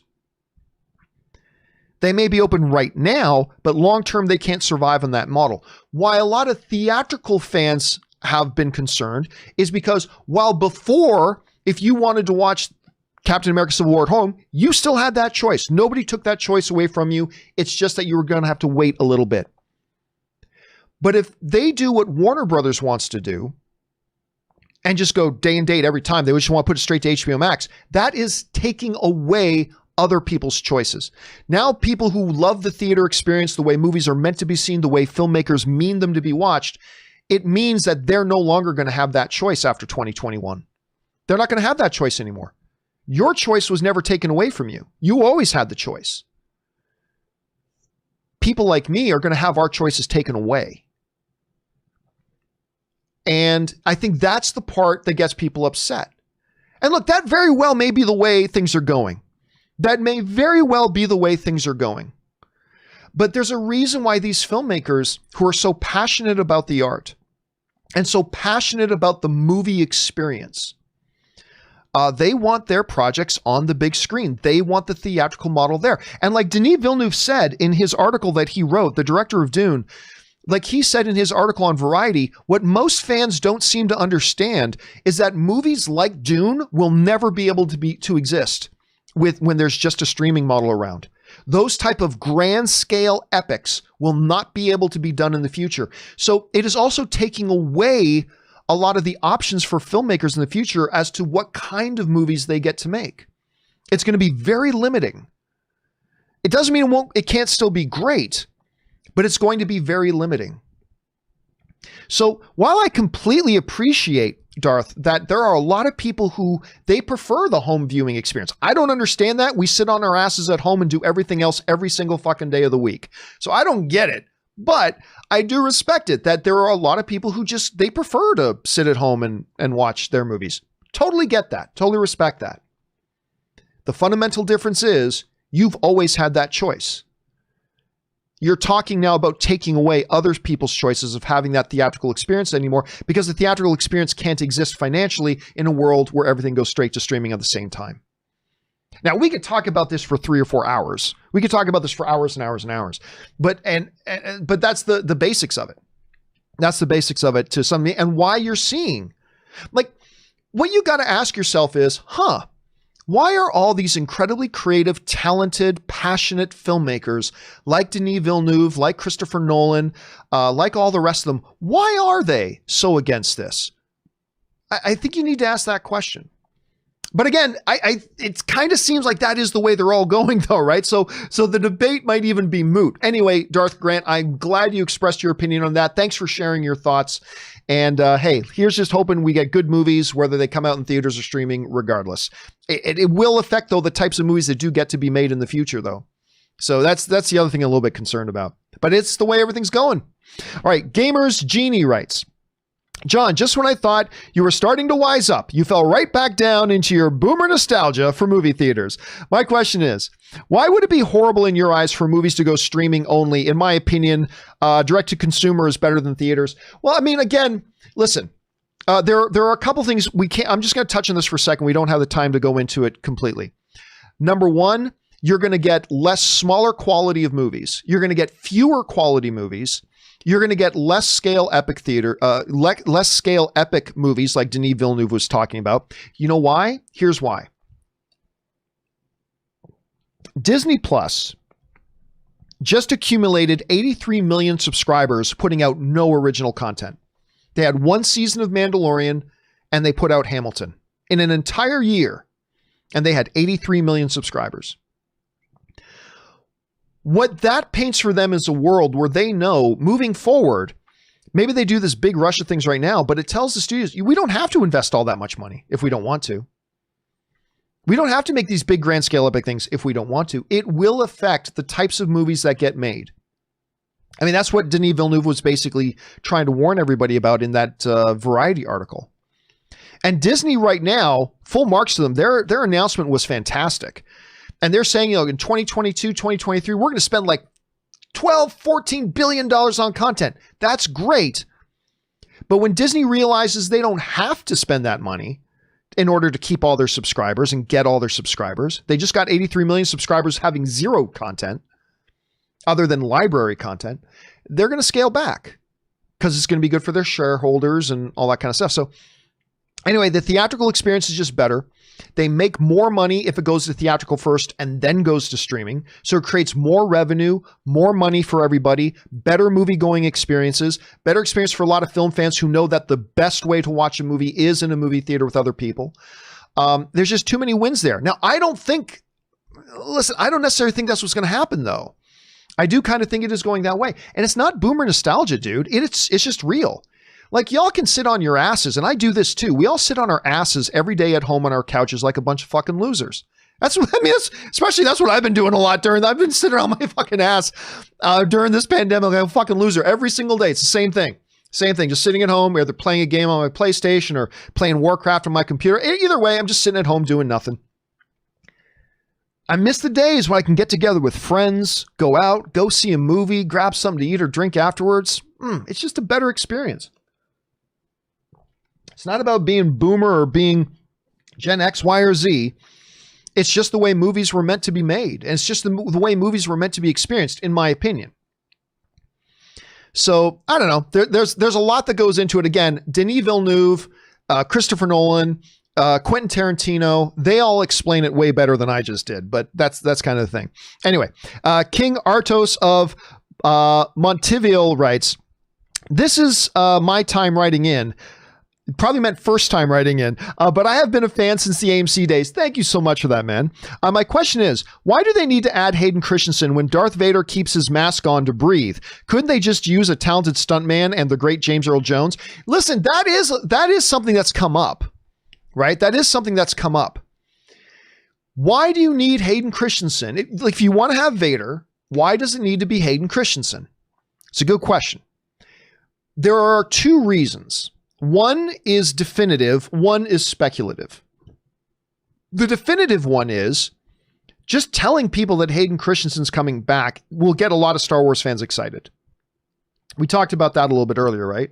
So that's the definitive one. The speculative reason, and because this is just totally based on my own speculation, is that what they'll do is that we will see either flashbacks or force projections like we saw in the sequel trilogy or something like that. They will come up with reasons why we will actually see Hayden Christensen. Whether he's, like I said, just in a vision and it's going to be just a good clean cut Hayden Christensen, whether it's going to be literally with his mask half on or half off and he's got all of his scars and his burns, they'll come up with a way that we see him. That's my speculation at any rate. So the definitive, because it gets fans excited. The speculative, I think they will come up with ways that we actually see him. Whether in visions, flashbacks, force projections, or actually in the flesh standing in front of Obi-Wan and he takes off his helmet to talk to him face to face for a minute before he's got to put his life support back on. I don't know, but they'll come up with ways to do it. They must have a reason for it. So I think that's a great question, King. Great question. All right. Cosmin Nikolai writes, hello from Romania again. Hello, Cosmin. I've asked a Disney Plus agent and Romanian, let me try this again. I've asked an Disney Plus agent and Romania will get Disney Plus by April of 2021. And I thought by the end of 2021. So are we getting HBO Max in between July, December and Disney Plus by April? Well, listen, first of all, one of the great things coming out of that whole Disney Plus announcement and all that kind of stuff has been that they are indeed carrying on with their roadmap of expanding into new territories and being in new places. And HBO Max has those plans as well. Now, look, I may bash a lot on how badly HBO did their rollout, and I may, like everybody else in the industry, hate their decision to take all their movies in 2021. I get it. I get it, but I just don't like the thing. The reality is I think HBO Max is a fabulous service. I mean, absolutely fabulous. I love HBO Max. A lot of that just comes from the fact that I love HBO, period. HBO Max is a fantastic service. And I'll tell you straight up. Right now, this moment, if I had to choose from what's available right now, not for what's going to be available over the coming 1 or 2 years, but if I had to choose right now between, and I can only have one, between Disney Plus and HBO Max, I'm taking HBO Max right now.